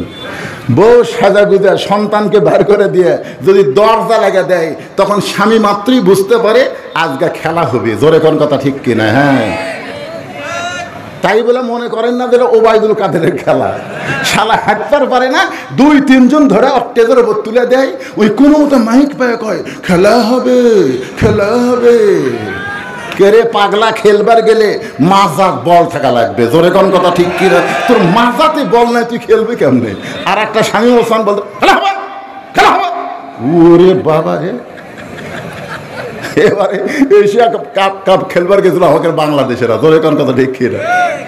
আমি দেখি আমার এলাকার এক ছেলে 3টা বাংলাদেশের জার্সি রাস্তায় পুড়তিছে। আমি তো আর জানি না খেলার খবর কি। আমি বললাম, কে বা কি হয়েছে রে? হুজুর এরকে মাজা নাই। মাজা নাই মানে কারণ কি? হুজুর খালি আউট, খালি আউট। এরা বলে টাইগার, টাইগার। খেলবার গেলে মাজায় বল থাকা লাগবে। জোরে কোন কথা ঠিক কিনা? হযরত আলী মাথার টুপি খুলেছে, 2খানা হাত বাড়ায় দিছে। ফাতেমা যখনই দরজা বন্ধ করেছে, তখনই হযরত আলী মাথার টুপি খুলেছে। কারণ টুপি খোলার কারণ কি? এখন যে কামটা হবে, এখন আর ওয়াজগিরি চলবে না। জোরে কোন কথা ঠিক কি না? ফাতেমা দৌড়ে এসে স্বামীর বুকের মধ্যে মাথা ঢুকায় ছোট বাচ্চার মতন কাঁদতেছে। আলী বলতেছেন, ফাতেমা সুন্দর করে ঘর সাজাইছো, হাসান হোসেনকে সাজাই দিয়ে তুমি সুন্দরী সাইজা গুইদা সেজে আমার বুকের মধ্যে ঢুকায় কেন কাঁদতেছো? ফাতেমা বলে, স্বামী গো, আর কোনোদিন হাসান হোসেনকে সাজাই দিবার পারবো না, আর কোনোদিন ঘরও সাজাবার পারবো না, আর কোনোদিন সাইজা গুইদা আপনার সামনে দাঁড়াবার পারবো না। কারণ আজকে গভীর রাত্রে ফাতেমার মৃত্যু হবে। গাছের গোড়া কাটলে কে যেন একটা সুবহানাল্লাহ কথা। আচ্ছা, মৃত্যুর খবর শুনলে আপনার সুবহানাল্লাহ কোন না? আমাকে এলাকার কোনো আওয়ামী লীগ যখন মরতো না, তখন ওই কমেন্টের মধ্যে ফেসবুকে লিখতো আলহামদুলিল্লাহ, আলহামদুলিল্লাহ। আমি একদিন বললাম, কে ভাই আওয়ামী লীগ বললে তোরা আলহামদুলিল্লাহ খুশ কেন? কই মুসলমান বললে ইন্নালিল্লাহ হুজুর, কিন্তু এই শালারা তো আওয়ামী লীগ। মানে আমাদের বগুড়াতে বিএনপির ঘাঁটি, আওয়ামী লীগও কারা মানুষই মনে করতো না। আওয়ামী লীগ মরলে আওয়ামী লীগ মরছে রে, আওয়ামী লীগ মরছে, ওই যে একটা মানুষ মরছে তাও মাইকিং করতেছে। একটা শোক সংবাদ শোনেন, যুবলীগের সভাপতি মারা গেছে, যুবলীগের সভাপতি মরছে। এই সাধারণ মানুষ তাও পায় না, মনে করতো মরেও যাচ্ছি তাও নেতা হয়ে, যুবলীগ হয়ে যাব, না বিসমিল্লাহ আলা মিল্লাতে রাসূলিল্লাহ, কোনটা হয়ে কবরে যাওয়া লাগবে হিসাব করার দরকার আছে না নাই? জোরে কোন আছে না নাই? গাছের গোড়া কাটলে গাছটা যেমন পড়ে যায়, হযরত আলী তেমনি পড়ে গেলেন ঘরের মাঝায়। মা ফাতেমা মুস্কি মুস্কি হেসে, বাবাদের একটু মনোযোগ দা শোনেন, আমার মা বোনদের জন্য কথাগুলো বলতেছি। ফাতেমা মুস্কি মুস্কি হেসে স্বামীর মাথাটা উড়াতুর উপরে নিয়ে কপালে একটা চুমো দিয়ে বললেন, স্বামী গো, এমন করে আপনি কেন কাঁদতেছেন? এমন করে আপনি কেন পড়ে গেলেন? আপনি কি জানেন না এই দুনিয়া থাকার জায়গা না, এখানে আসলে যাইতে হবে। খালি ঘাড় কাজ করে দেখতেছে। কি দেখতেছেন? কয় 5 তলার ভিত দিছি ভাই, 3 তলা হসে রড বার করে থুছি, আর 2টা তলা করবার পারলে আমার খুব শান্তি। এদিনকা করে দেখতেছে, দেখেন তোর কান্দের ফেরস্তা করছে, এত চাপা দিস না রে, এত চাপা দিয়ে তুই কি দেখিস পাগলা? নিচের দিকে তাকা, নিচের দিকে তাকা, তোর 5 তলা না, তোর হলো নিচতলা। জোরে কোন কথা ঠিক কি না? খালি 5 তলা 10 তলা, ওরে বাবা রে, এটা কার বাড়ি রে? ওরে সর্বনা।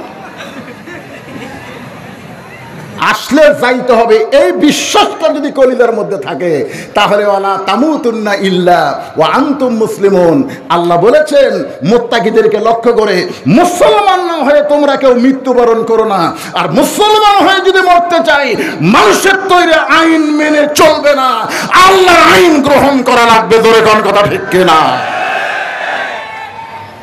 ফাতেমা বলতেন, স্বামী গো, আপনার ব্যাপারে আমি 2টা বিষয় জানি।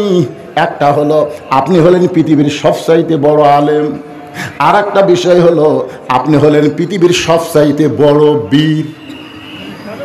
আপনার বলেন তো, ফাতেমা যে আলীর ব্যাপারে 2টা বিষয় বলছে, এই 2টা কি ভুল বলছে? একটা কি, পৃথিবীর সবচাইতে বড় আলেম। নবী যখন মদিনার প্রেসিডেন্ট ছিলেন, আমাদের নবী কিন্তু হিজরত করার পরে মদিনার প্রেসিডেন্ট হয়েছিলেন, মদিনার রাষ্ট্রপতি। সুবহানাল্লাহ।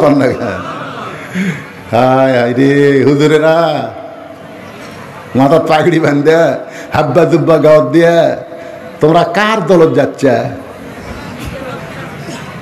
কতগুলো হুজুর সর পাল্টাছে, ওদের আকীদা ঠিক নেই, তো যার দলত যাচ্ছ ওর কি তো ইমানই নেই। কে বুঝার পারতেছেন? এটি অ্যাঙ্গেলে ডোজ দেন, খুলাখুলি করে বললো না, যা বুঝার বুঝবেন। ইয়ার কি করা যাবে না, মুসলমান হয়ে মরা লাগবে। জোরে কোন কথা ঠিক কিনা? ফাতেমা জানে তার স্বামী হলো পৃথিবীর শ্রেষ্ঠ আলেম। রাসূল যখন মদিনার রাষ্ট্রপতি ছিলেন, ওই সময় হযরত আলী ছিলেন শিক্ষামন্ত্রী। আল্লাহ রাসূল যখন মদিনার রাষ্ট্রপতি ছিলেন, ওই সময় আবু বকর হলো ধর্মমন্ত্রী, উমর ফারুক হলেন আইনমন্ত্রী, ওসমান গনি হলেন অর্থমন্ত্রী, আর আলী হলেন শিক্ষামন্ত্রী। আরো মন্ত্রী আছে, আমি 4টা মন্ত্রীর নাম করলাম, এই মুখস্থ রাখবেন। নবী যখন মদিনার রাষ্ট্রপতি, ওই সময় ধর্মমন্ত্রীর নাম কি? সবাই বলেন, ধর্মমন্ত্রীর নাম কি? আইনমন্ত্রীর নাম কি? অর্থমন্ত্রীর নাম কি? শিক্ষামন্ত্রীর নাম কি? এখন আপনারা বলেন, দপ্তর অনুযায়ী মন্ত্রীগুলো ঠিক আছে? আর আমাদের বাংলাদেশও এমন এক শালাক শিক্ষামন্ত্রী বানাচ্ছে, ওই কোরআন শরীফই বলার পারে না। অথচ রাসূল বলেছেন, খায়রুকুম মান তাআল্লামাল কুরআনা ওয়া আল্লামা।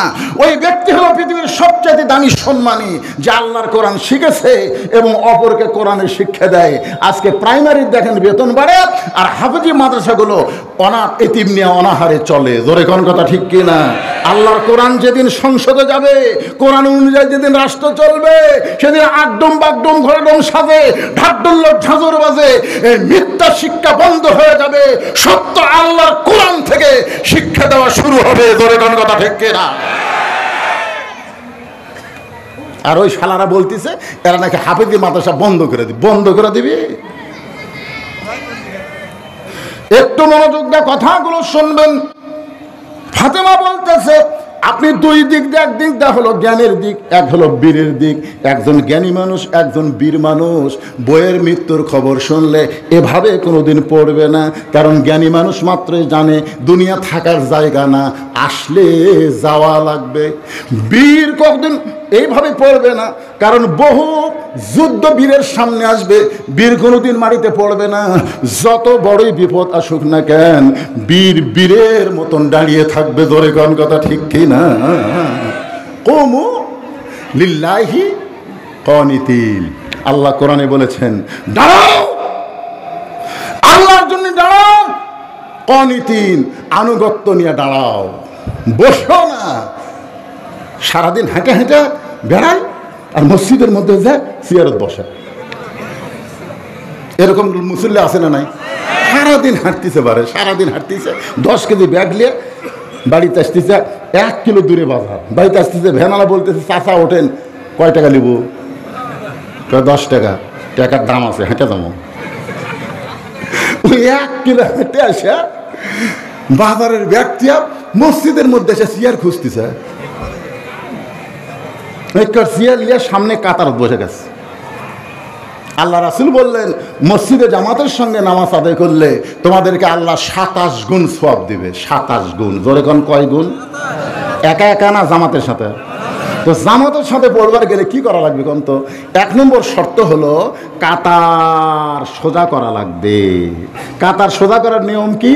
পায়ের আগালির সাথে আগালি মিলে চলবে না, গোড়ালির সঙ্গে গোড়ালি মিল করা লাগবে। কারণ কারো পাও আধা হাত, কারো পাও 3 পা হাত। জোরে কোন কথা ঠিক কিনা? গোড়ালির সঙ্গে গোড়ালি মিল করতে হবে। এখন যেই বেটা চেয়ারত বসে নামাজ পড়তেছে, ওর পায়ের গোড়ালি কুটে গেছে। কথা কন না, কোন জায়গায় গেছে? তাহলে এখন যদি কাতার সোজা করবার চান, কি করা লাগবে? ওই সামনে কাতার বা যে কাতারে চেয়ারওয়ালা বসে আছে, 4 জন মিলে ওই চেয়ারওয়ালা ধরে বারান্দার থুয়ে এসে আপনারা কাতার সোজা করবেন। কারণ চেয়ার ভিতরে চলবে না, চেয়ার চললে বারান্দার যা। জোরে কোন কথা ঠিক কিনা? এখন একজন বলতে, হুজুর আমি যার পারি না হুজুর, আমি যার চেয়ার ছাড়া পারি না হুজুর। তো তুই পারিস না হুজুর, তুই বাড়ির পর তো জামাতে নামাজ পড়বার কে কথা রে? লা ইকাল্লিফুল্লাহু নাফসান ইল্লা উসাহা। আল্লাহ কোরআনে বলেছে তুমি পারবা না এমন কিছু আমি আল্লাহ তোমাকে চাপায় দেই নাই। 60 বছর চাকরি করছো, এখন বসে থেকে পেনশন খা। জোরে কোন কথা ঠিক কিনা?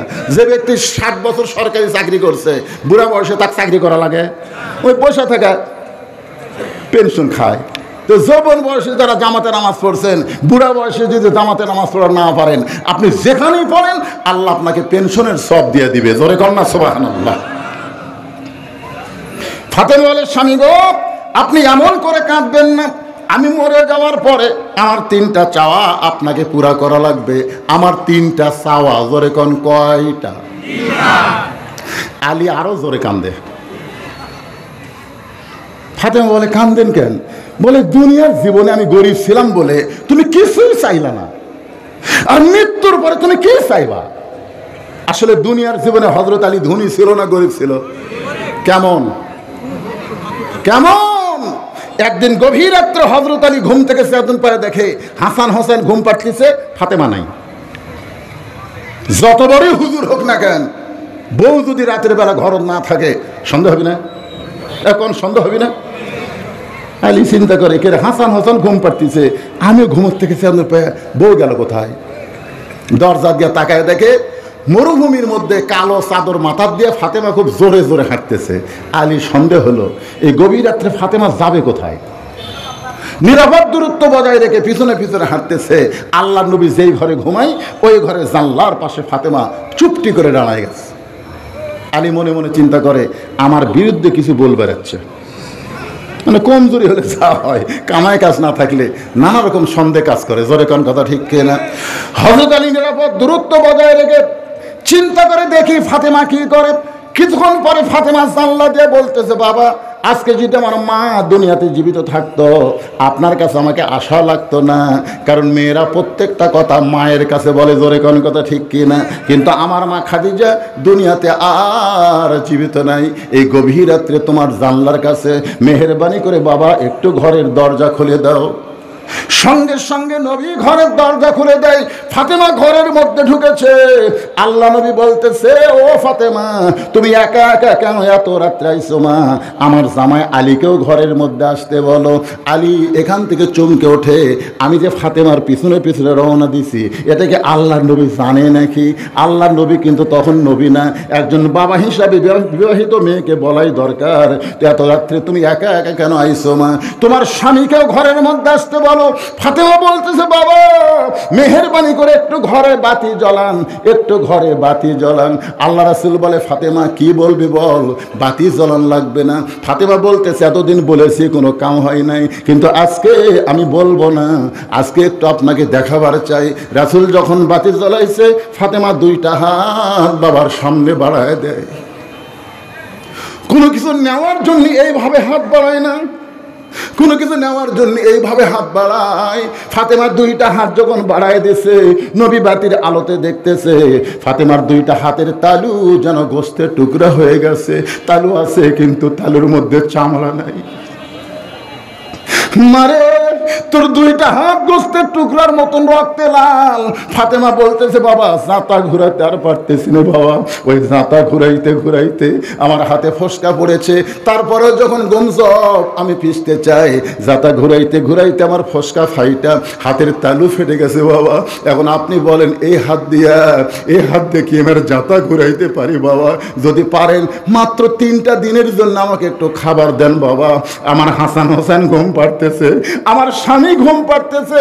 ও বাবা, আমি আপনাকে দেখাইলাম, আমার স্বামীকে আমি দেখাতে পারবো না, আর হাসান হোসেন দেখলে ওরা সহ্য করতে পারবে না। বাবা গো, মেহেরবানি করে একটু খাবার ব্যবস্থা করেন। সঙ্গে সঙ্গে নবী ঘরের কোনায় গিয়ে বলে, আল্লাহ, আমি যদি শুধু নবী হইতাম তাহলে হইতো। আমি একজন বাবা, দুনিয়ার কত ধনী ধনী যুবকেরা আমার ফাতেমাকে বিয়ে করবার চাইছিল, কিন্তু আপনি গরিব আলীর সঙ্গে ঘটকালি করলেন। এখন আমার সন্তানের হাত দেখে আমি নবী বড় কষ্ট পাই। সঙ্গে সঙ্গে ফাতেমা মাথায় ঘোমটা দিয়ে রওনা দেয়। রাসূল ডাক দেয়, বলে, ফাতেমা, আমি তো তোর বিরুদ্ধে বলিনি মা, তুই কেন ঘর থেকে বাইরে যাস? ফাতেমা বলতেছে, বাবা আপনি আমার বিরুদ্ধে না বললেন, আমার স্বামীর বিরুদ্ধে আপনি আল্লাহর কাছে বললেন। আমার স্বামী গরিব মানুষ, তাহলে আপনি কেন বলেছেন বাবা? আল্লাহর পরে কাউকে যদি সেজদা দেওয়ার হুকুম থাকতো তাহলে প্রত্যেকটা বউকে বলতাম স্বামীর পায়ে সেজদা করো। এই কথার দ্বারা আপনি বুঝাইলেন আল্লাহর পরে মেয়ে মানুষের কাছে সবচাইতে দামি ওই মহান ব্যক্তি হলো তার স্বামী। আমার স্বামীর বিরুদ্ধে কথা বলবেন, আমি এই কথা শুনতে সহ্য করব না।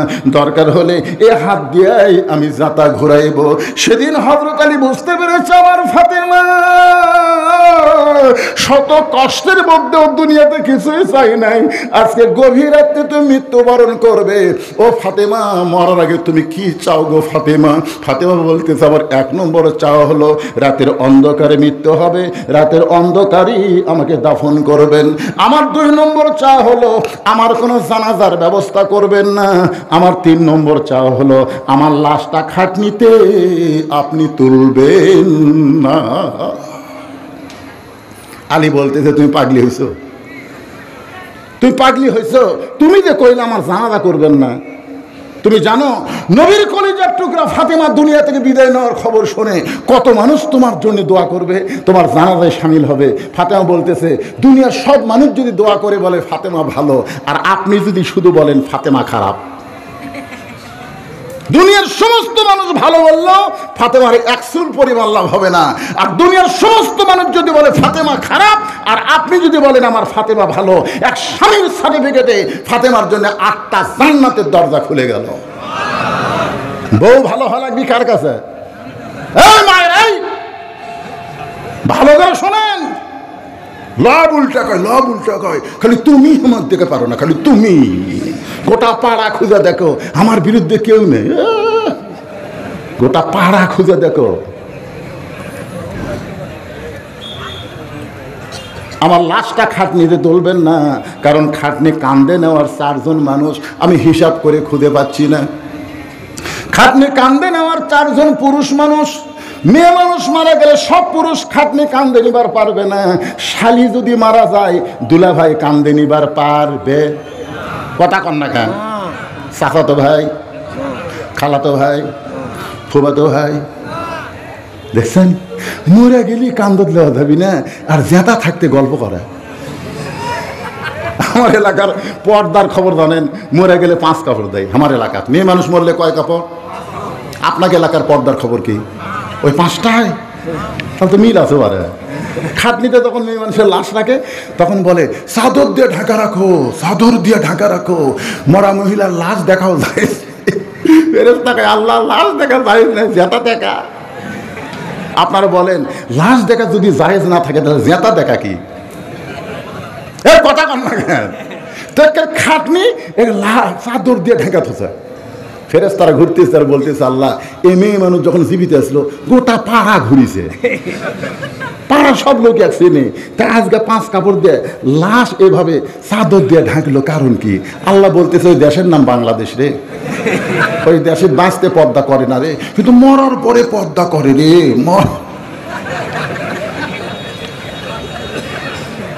খালি ঘড়ির 12টা বাচ্চা আমার করার কিছু নাই, কারণ তারিখ পরিবর্তনের পরে আমি ওয়াজ করি না, বুঝলেন না? যেই তারিখে আমার দাওয়াত দেয় ওই তারিখে আমাকে ওয়াজ করা লাগে।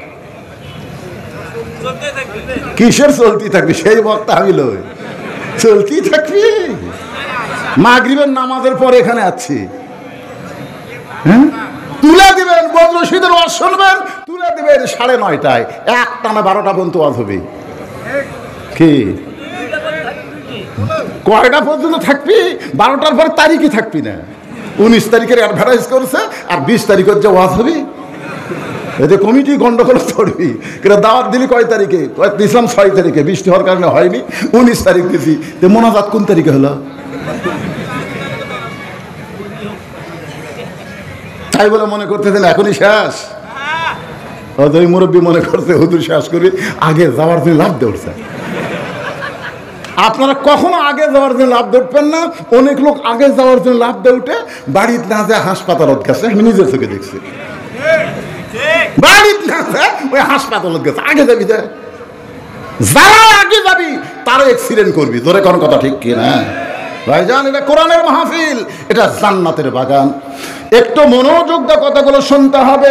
ইজা আসাবাতুহুম মুসিবাতুন ক্বালু ইন্না লিল্লাহি ওয়া ইন্না ইলাইহি রাজিউন।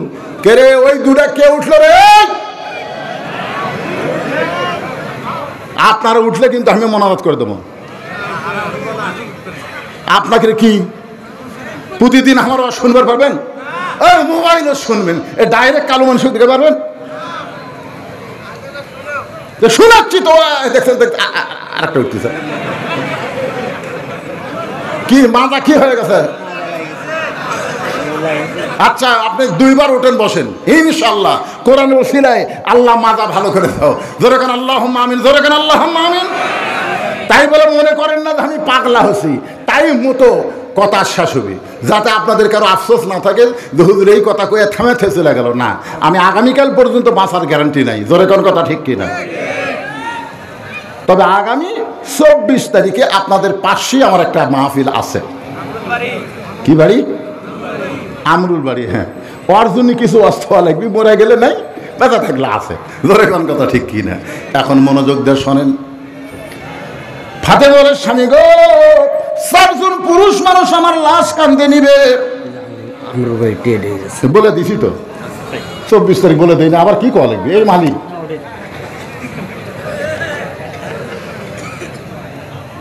4 জন পুরুষ। কারণ আমার বাবা যদি দুনিয়াতে জীবিত থাকতো, মরা মেয়ের লাশের খাটনি বাবা কান্দে নিবার পারতো। পারবে কি পারবে না? এ কথা কোন পারবে কি পারবে না? আমার হাসান হোসেন যদি বড় হইতো, মায়ের লাশের খাটনি কান্দে নিবার পারতো। কিন্তু 6 মাস আগে আমার বাবা দুনিয়া থেকে বিদায় নিয়েছে। আমার হাসান হোসেন এত ছোট, আপনি শুধু ফাতেমার লাশটা কান্দে করে নিয়ে ওই জান্নাতুল বাকির পূর্ব কোণায় সবুজ রঙের একটা বাতি জ্বলবে, ওই বাতি বরাবর আমাকে দাফন করবেন। আপনার যদি কবর খুঁড়তে কষ্ট হয়, আপনার একান্ত বন্ধু যদি কেউ থাকে দুনিয়ায়, তার একটু বলে দিবেন সে যেন গোপনে কবর খনন করে দেয়, কবরের খবর যেন দুনিয়ার কোনো মানুষকে না জানায়। হযরত আলীর বন্ধুর নাম হলো আবু যর গিফারি। গভীর রাত্রে হযরতের আবু যর গিফারি জানলার কাছে কাঁদতেছে। ছোট বাচ্চারা যেমন ফোফায় ফোফায় কান্দে, এমন করে কান্দন শুনে আবু যর গিফারি দরজা খুলে তাকায় দেখে জানলার পাশে আসাদুল্লাহিল গালিব হযরত আলী কাঁদতেছে। আবু যর গিফারি বলে, আলী ভাই, জীবনে বহু যুদ্ধ তোমার সঙ্গে করেছি, কোন যুদ্ধে তোমাকে পরাজিত হতে দেখি নাই, আজকে কোন যুদ্ধ পরাজিত সৈনিক হয়ে আমার জানলার পাশে এমন করে কাঁদতেছ? আবু যর গিফারির কথা শুনে বলতেছে, আলী, আবু যর গিফারি রে, আজকে একজন পর্দানিশী গভীর রাত্রে মৃত্যুবরণ করবে, এই গভীর রাত্রে তাকে দাফন করা লাগবে। আবু যর গিফারি বলে, আলী রে, এই পর্দানিশী কে গো? তোমার কি নাম মুখস্থ নাই? আলী বলতেছে, আমার হাসান হুসাইন আজকে আবার মা হারাবে। আবু যর গিফারি বলতেছে, না, এটা হতে পারে না, কারণ 6 মাস আগে নবী দুনিয়া থেকে বিদায় নেওয়ার পর তোমার 2টা সন্তানের কোনো সময় আমরা হাসি মুখ দেখি নাই। নবী বিদায় নেওয়ার 6 মাসের ভিতরে তোমার হাসান হোসেনকে আমরা হাসতে দেখি নাই। আবু বকর রাদিয়াল্লাহু বলেছে, এই নবীর সাহাবীরা, হাসান হোসেন যদি নানার খোঁজ করে খবরদার রওজা দেখায় দিও না, রওজা দেখায় দিও না, কারণ এরা 2 ভাই যদি নানা নানা বলে চিৎকার দেয় আমার নবীর ঘুম ভেঙে যাবে। কারণ মুসলমান নবী মদিনার রওজায় মরে নাই, ঘুমায় আছে। জোরে কোন কথা ঠিক কিনা? এই যে আমরা যে দরুদ শরীফ পড়ি, একদল ফেরেশতা আমাদের দরুদ পড়া শেষ হওয়ার সঙ্গে সঙ্গে রাসূলের রওজা মোবারকে আমাদের নাম নিয়ে জমা দিয়ে দেয়। জোরে কোন সুবহানাল্লাহ।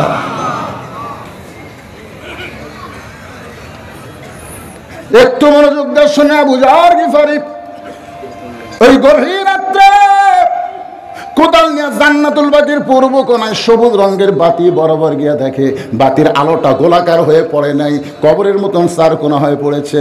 ওই আলোর ভিতরে আবু যর গিফারি কোদাল দিয়া কবর খুঁড়তে গিয়ে বলে ফেলতেছে, ও কবর, তুই কি বলতে পারিস রাতের বেলা কেন কবর খুঁড়তে আসলাম? দিনের বেলা বাদ দিয়ে রাতের বেলা কবর খোঁড়ার কারণ হলো একজন মহিষী নারী এই দুনিয়া থেকে রাতের বেলায় মৃত্যুবরণ করবে, রাতের বেলায় তাকে দাফন করা লাগবে। কবর রে শুধু মহিষী নারী না, তার বাবা হলো আল্লাহর নবী। কোদাল দিয়ে কবর খুঁড়তে খুঁড়তে আবু যর গিফারি বলে, রে কবর, তুই কি জানিস রে কবর, নবীর মেয়ে হওয়ার পর নবী তাকে মা বলে সম্মান করেছে। ফাতেমা হলো নবীর মেয়ে, এরপরে নবী তাকে মা বলে সম্মান করেছে। সুবহানাল্লাহ বলেন। একদিন আল্লাহর নবী বলতেছেন, হাসান হোসাইন 2 জন নবীর কাছে বসে আছে, আর নবী বলতেছে, কুলসুমা আমার মেয়ে, জয়নাব আমার মেয়ে, রোকেয়া আমার মেয়ে। কুলসুম আমার মেয়ে, জয়নাব আমার মেয়ে, রোকেয়া আমার মেয়ে, তিনবার 3 জন মেয়ের নাম নেই। সাহাবেরা সবাই চিন্তায় পড়ে গেল যে আর একটা নবীর মেয়ে আছে, নবীর সেই মেয়ের নাম বলবে না। এমন সময় হাসান 2 ভাই উঠে গলা ধরে বলতে, ভাইজান চলো আমরা বাড়িতে যাই, আমার মা গরিব বলে আমার নানা আমার মায়ের কথা মনে নেই। 2 ভাই যখন যাবার চাই, নবী হাত ধরে বসায় বলে, হাসান হোসেন রে, তোদের মা আমার মেয়ে না, ফাতেমা হইল আমি নবীর মা। সাহাবীরা বললেন, ইয়া রাসূলুল্লাহ, ফাতেমা আপনার মেয়ে, আপনি মা কেমনে বলতেছেন? রাসূল বলেন, তাহলে শোনো, তাইফের ময়দান থেকে রক্তমাখা শরীর নিয়ে আমি যখন মক্কায় ছিলাম, ওই সময় রোকেয়া কুলসুমা জয়নাব মেয়ের মতন ঘরের মধ্যে ঢুকে বলতেছে, ওগো নবী, আমাদের বাবা, আপনি তাইফে গেলেন, তাইফবাসী আপনাকে পাথর মেরে রক্তাক্ত করে দিল, এই কষ্ট আপনি কেমনে সহ্য করবেন?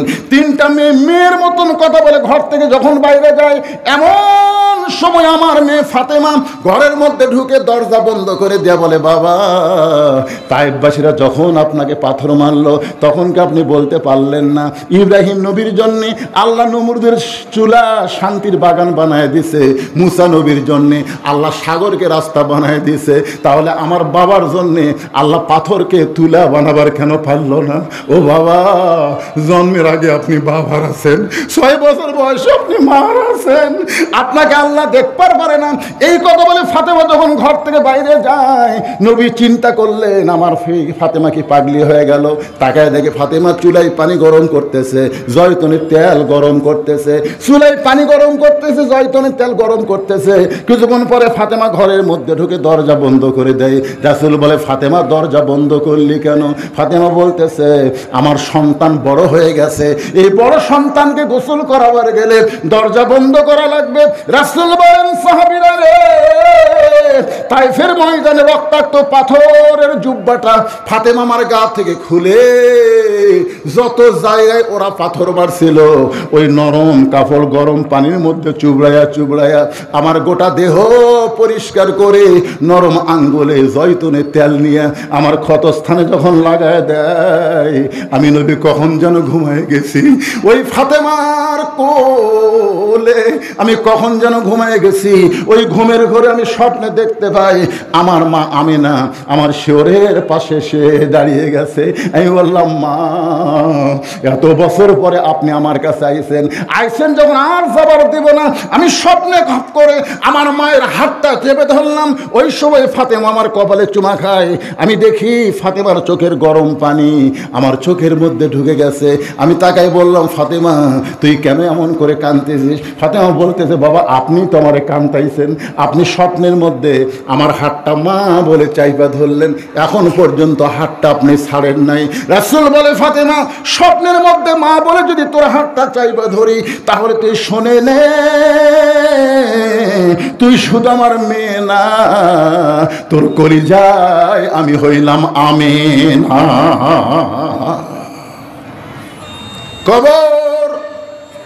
খবরদার কোনো বেয়াদবি করবি না। আসাদুল্লাহিল গালিবের বিবি আজকে কবরে যাবে, এই বলে কোদাল মারতে মারতে হঠাৎ বলে ফেলেছে, হাসান হোসেনের মাকে আজকে কবরস্থ করা হবে, খবরদার কোনো বেয়াদবি করিস না। আসলে কবরের ভিতর থেকে শব্দ অনেক বক্তা বুঝায় ফাতেমার জন্যে, আসলে কিন্তু ফাতেমার জন্যে না, দুনিয়ার সমস্ত মুমিন মুসলমানের জন্য সতর্ক বার্তা হলো, এই কবর কার মেয়ে, কার মা, কার বিবি, এইটা কবর দেখবে না। আমল যদি ভালো হয় কবর জান্নাতের বাগান হয়ে যাবে, আমল যদি খারাপ হয় কবর জাহান্নামের গর্ত হবে। মানুষ মরে গেলে আমরা ইন্না লিল্লাহি ওয়া ইন্না ইলাইহি রাজিউন পড়ি, আমরা সবাই যখন মরে যাব এই অন্ধকার কবরে আমাদের যাওয়া লাগবে। জোরে বলেন কত ঠিক? কারা কারা বলেন ঠিক? দুই হাত তুলে আল্লাহরে দেখান। লিল্লাহি তাকবীর। এখন একটা গজল গাই। আমরা তো সঙ্গীত গাওয়ার পারি না, আধুনিক যুগের বক্তারা এখন সঙ্গীত গায়। এই যে আমি নামার আগে আজকের মাহফিলের বক্তা কি সুন্দর সঙ্গীত গেল, আমরা বুড়া মানুষ ওটা পারি? তাহলে একটা গজল গাই, দেখেন তো কেমন লাগে। কিন্তু যেদিন ডাক পড়িবে কবর মাঝে যাইতে, জোগাড় কিছু করছো বন্ধু তার মাঝে বিছাইতে। কিন্তু যেদিন ডাক পড়ে, কিন্তু যেদিন মানে কবে? জোরে বলেন কবে? সভাপতি সাহেব বয়স হয়ে গেছে তো মনে করেছে শেষ করে দেন, শেষই করে দিচ্ছি। কি দিচ্ছেন? আমি চোখত পড়ে না পারে।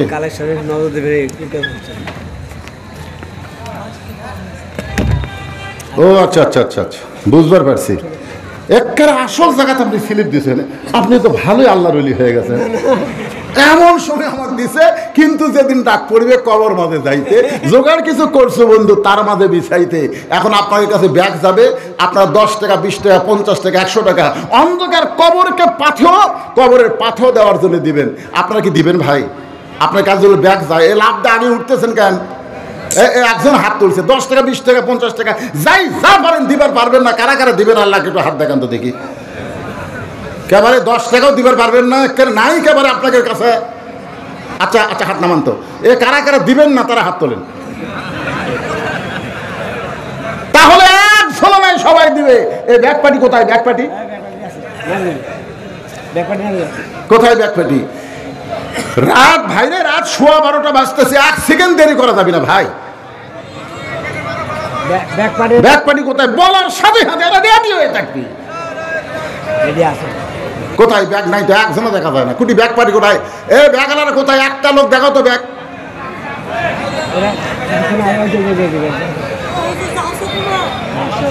হ্যাঁ, কে যাচ্ছে? এখন গেলে কি করবেন? এখন যদি মানুষজন চায় আমাকে কি করে করছেন?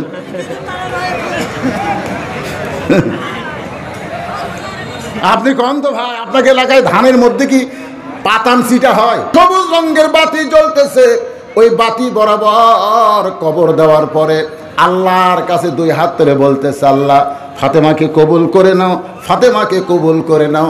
এই কথা বলার সঙ্গে সঙ্গে তাকায় দেখে সামনে কয়েকটা পুরাতন কবর দেখা যায়। এইমাত্র ফাতেমার নতুন কবর আর দেখা যায় না। আলী চিৎকার করে বলে, ফাতেমার কবর, ফাতেমার কবর। কে যেন ডাক দে বলে, আলী রে, ফাতেমা পর্দানিশী, আমি আল্লাহ জহুরা ডিগ্রি দিয়া ফাতেমার কবরটাকে কিয়ামত পর্যন্ত পর্দা করে দিয়েছি। এই জহুরা মানে কি? এই জহুরা মানে কি? আল্লাহ যদি চায়, যদি আল্লাহ হায়াতে রাখে, আগামী 24 তারিখে ইনশাল্লাহ আমরুপালি আপনাদের সামনে আলোচনা হবে। সকলে বলে ইনশাআল্লাহ। এখানকার মাহফিল কমিটি আমাকে বলেছে 10টার আগেই তারা মাহফিলে দেবে। আল্লাহ চাইতে আবার দেখা হবে। আমাদের ফজরের নামাজ জামাতের সঙ্গে আদায় করা লাগবে। আল্লাহ ওয়াজও শোনার তৌফিক দেয়, ফজরের নামাজ জামাতের সঙ্গে আদায় করার তৌফিক দেয়। সকলে বলে আল্লাহুম্মা আমিন। দোয়া করে দিলাম বাবা। জি জি, দোয়া করি। আল্লাহুম্মা আমিন। আল্লাহুম্মা আনতাস সালাম ওয়া মিনকাস সালাম, তাবারাকতা ইয়া যাল জালাল।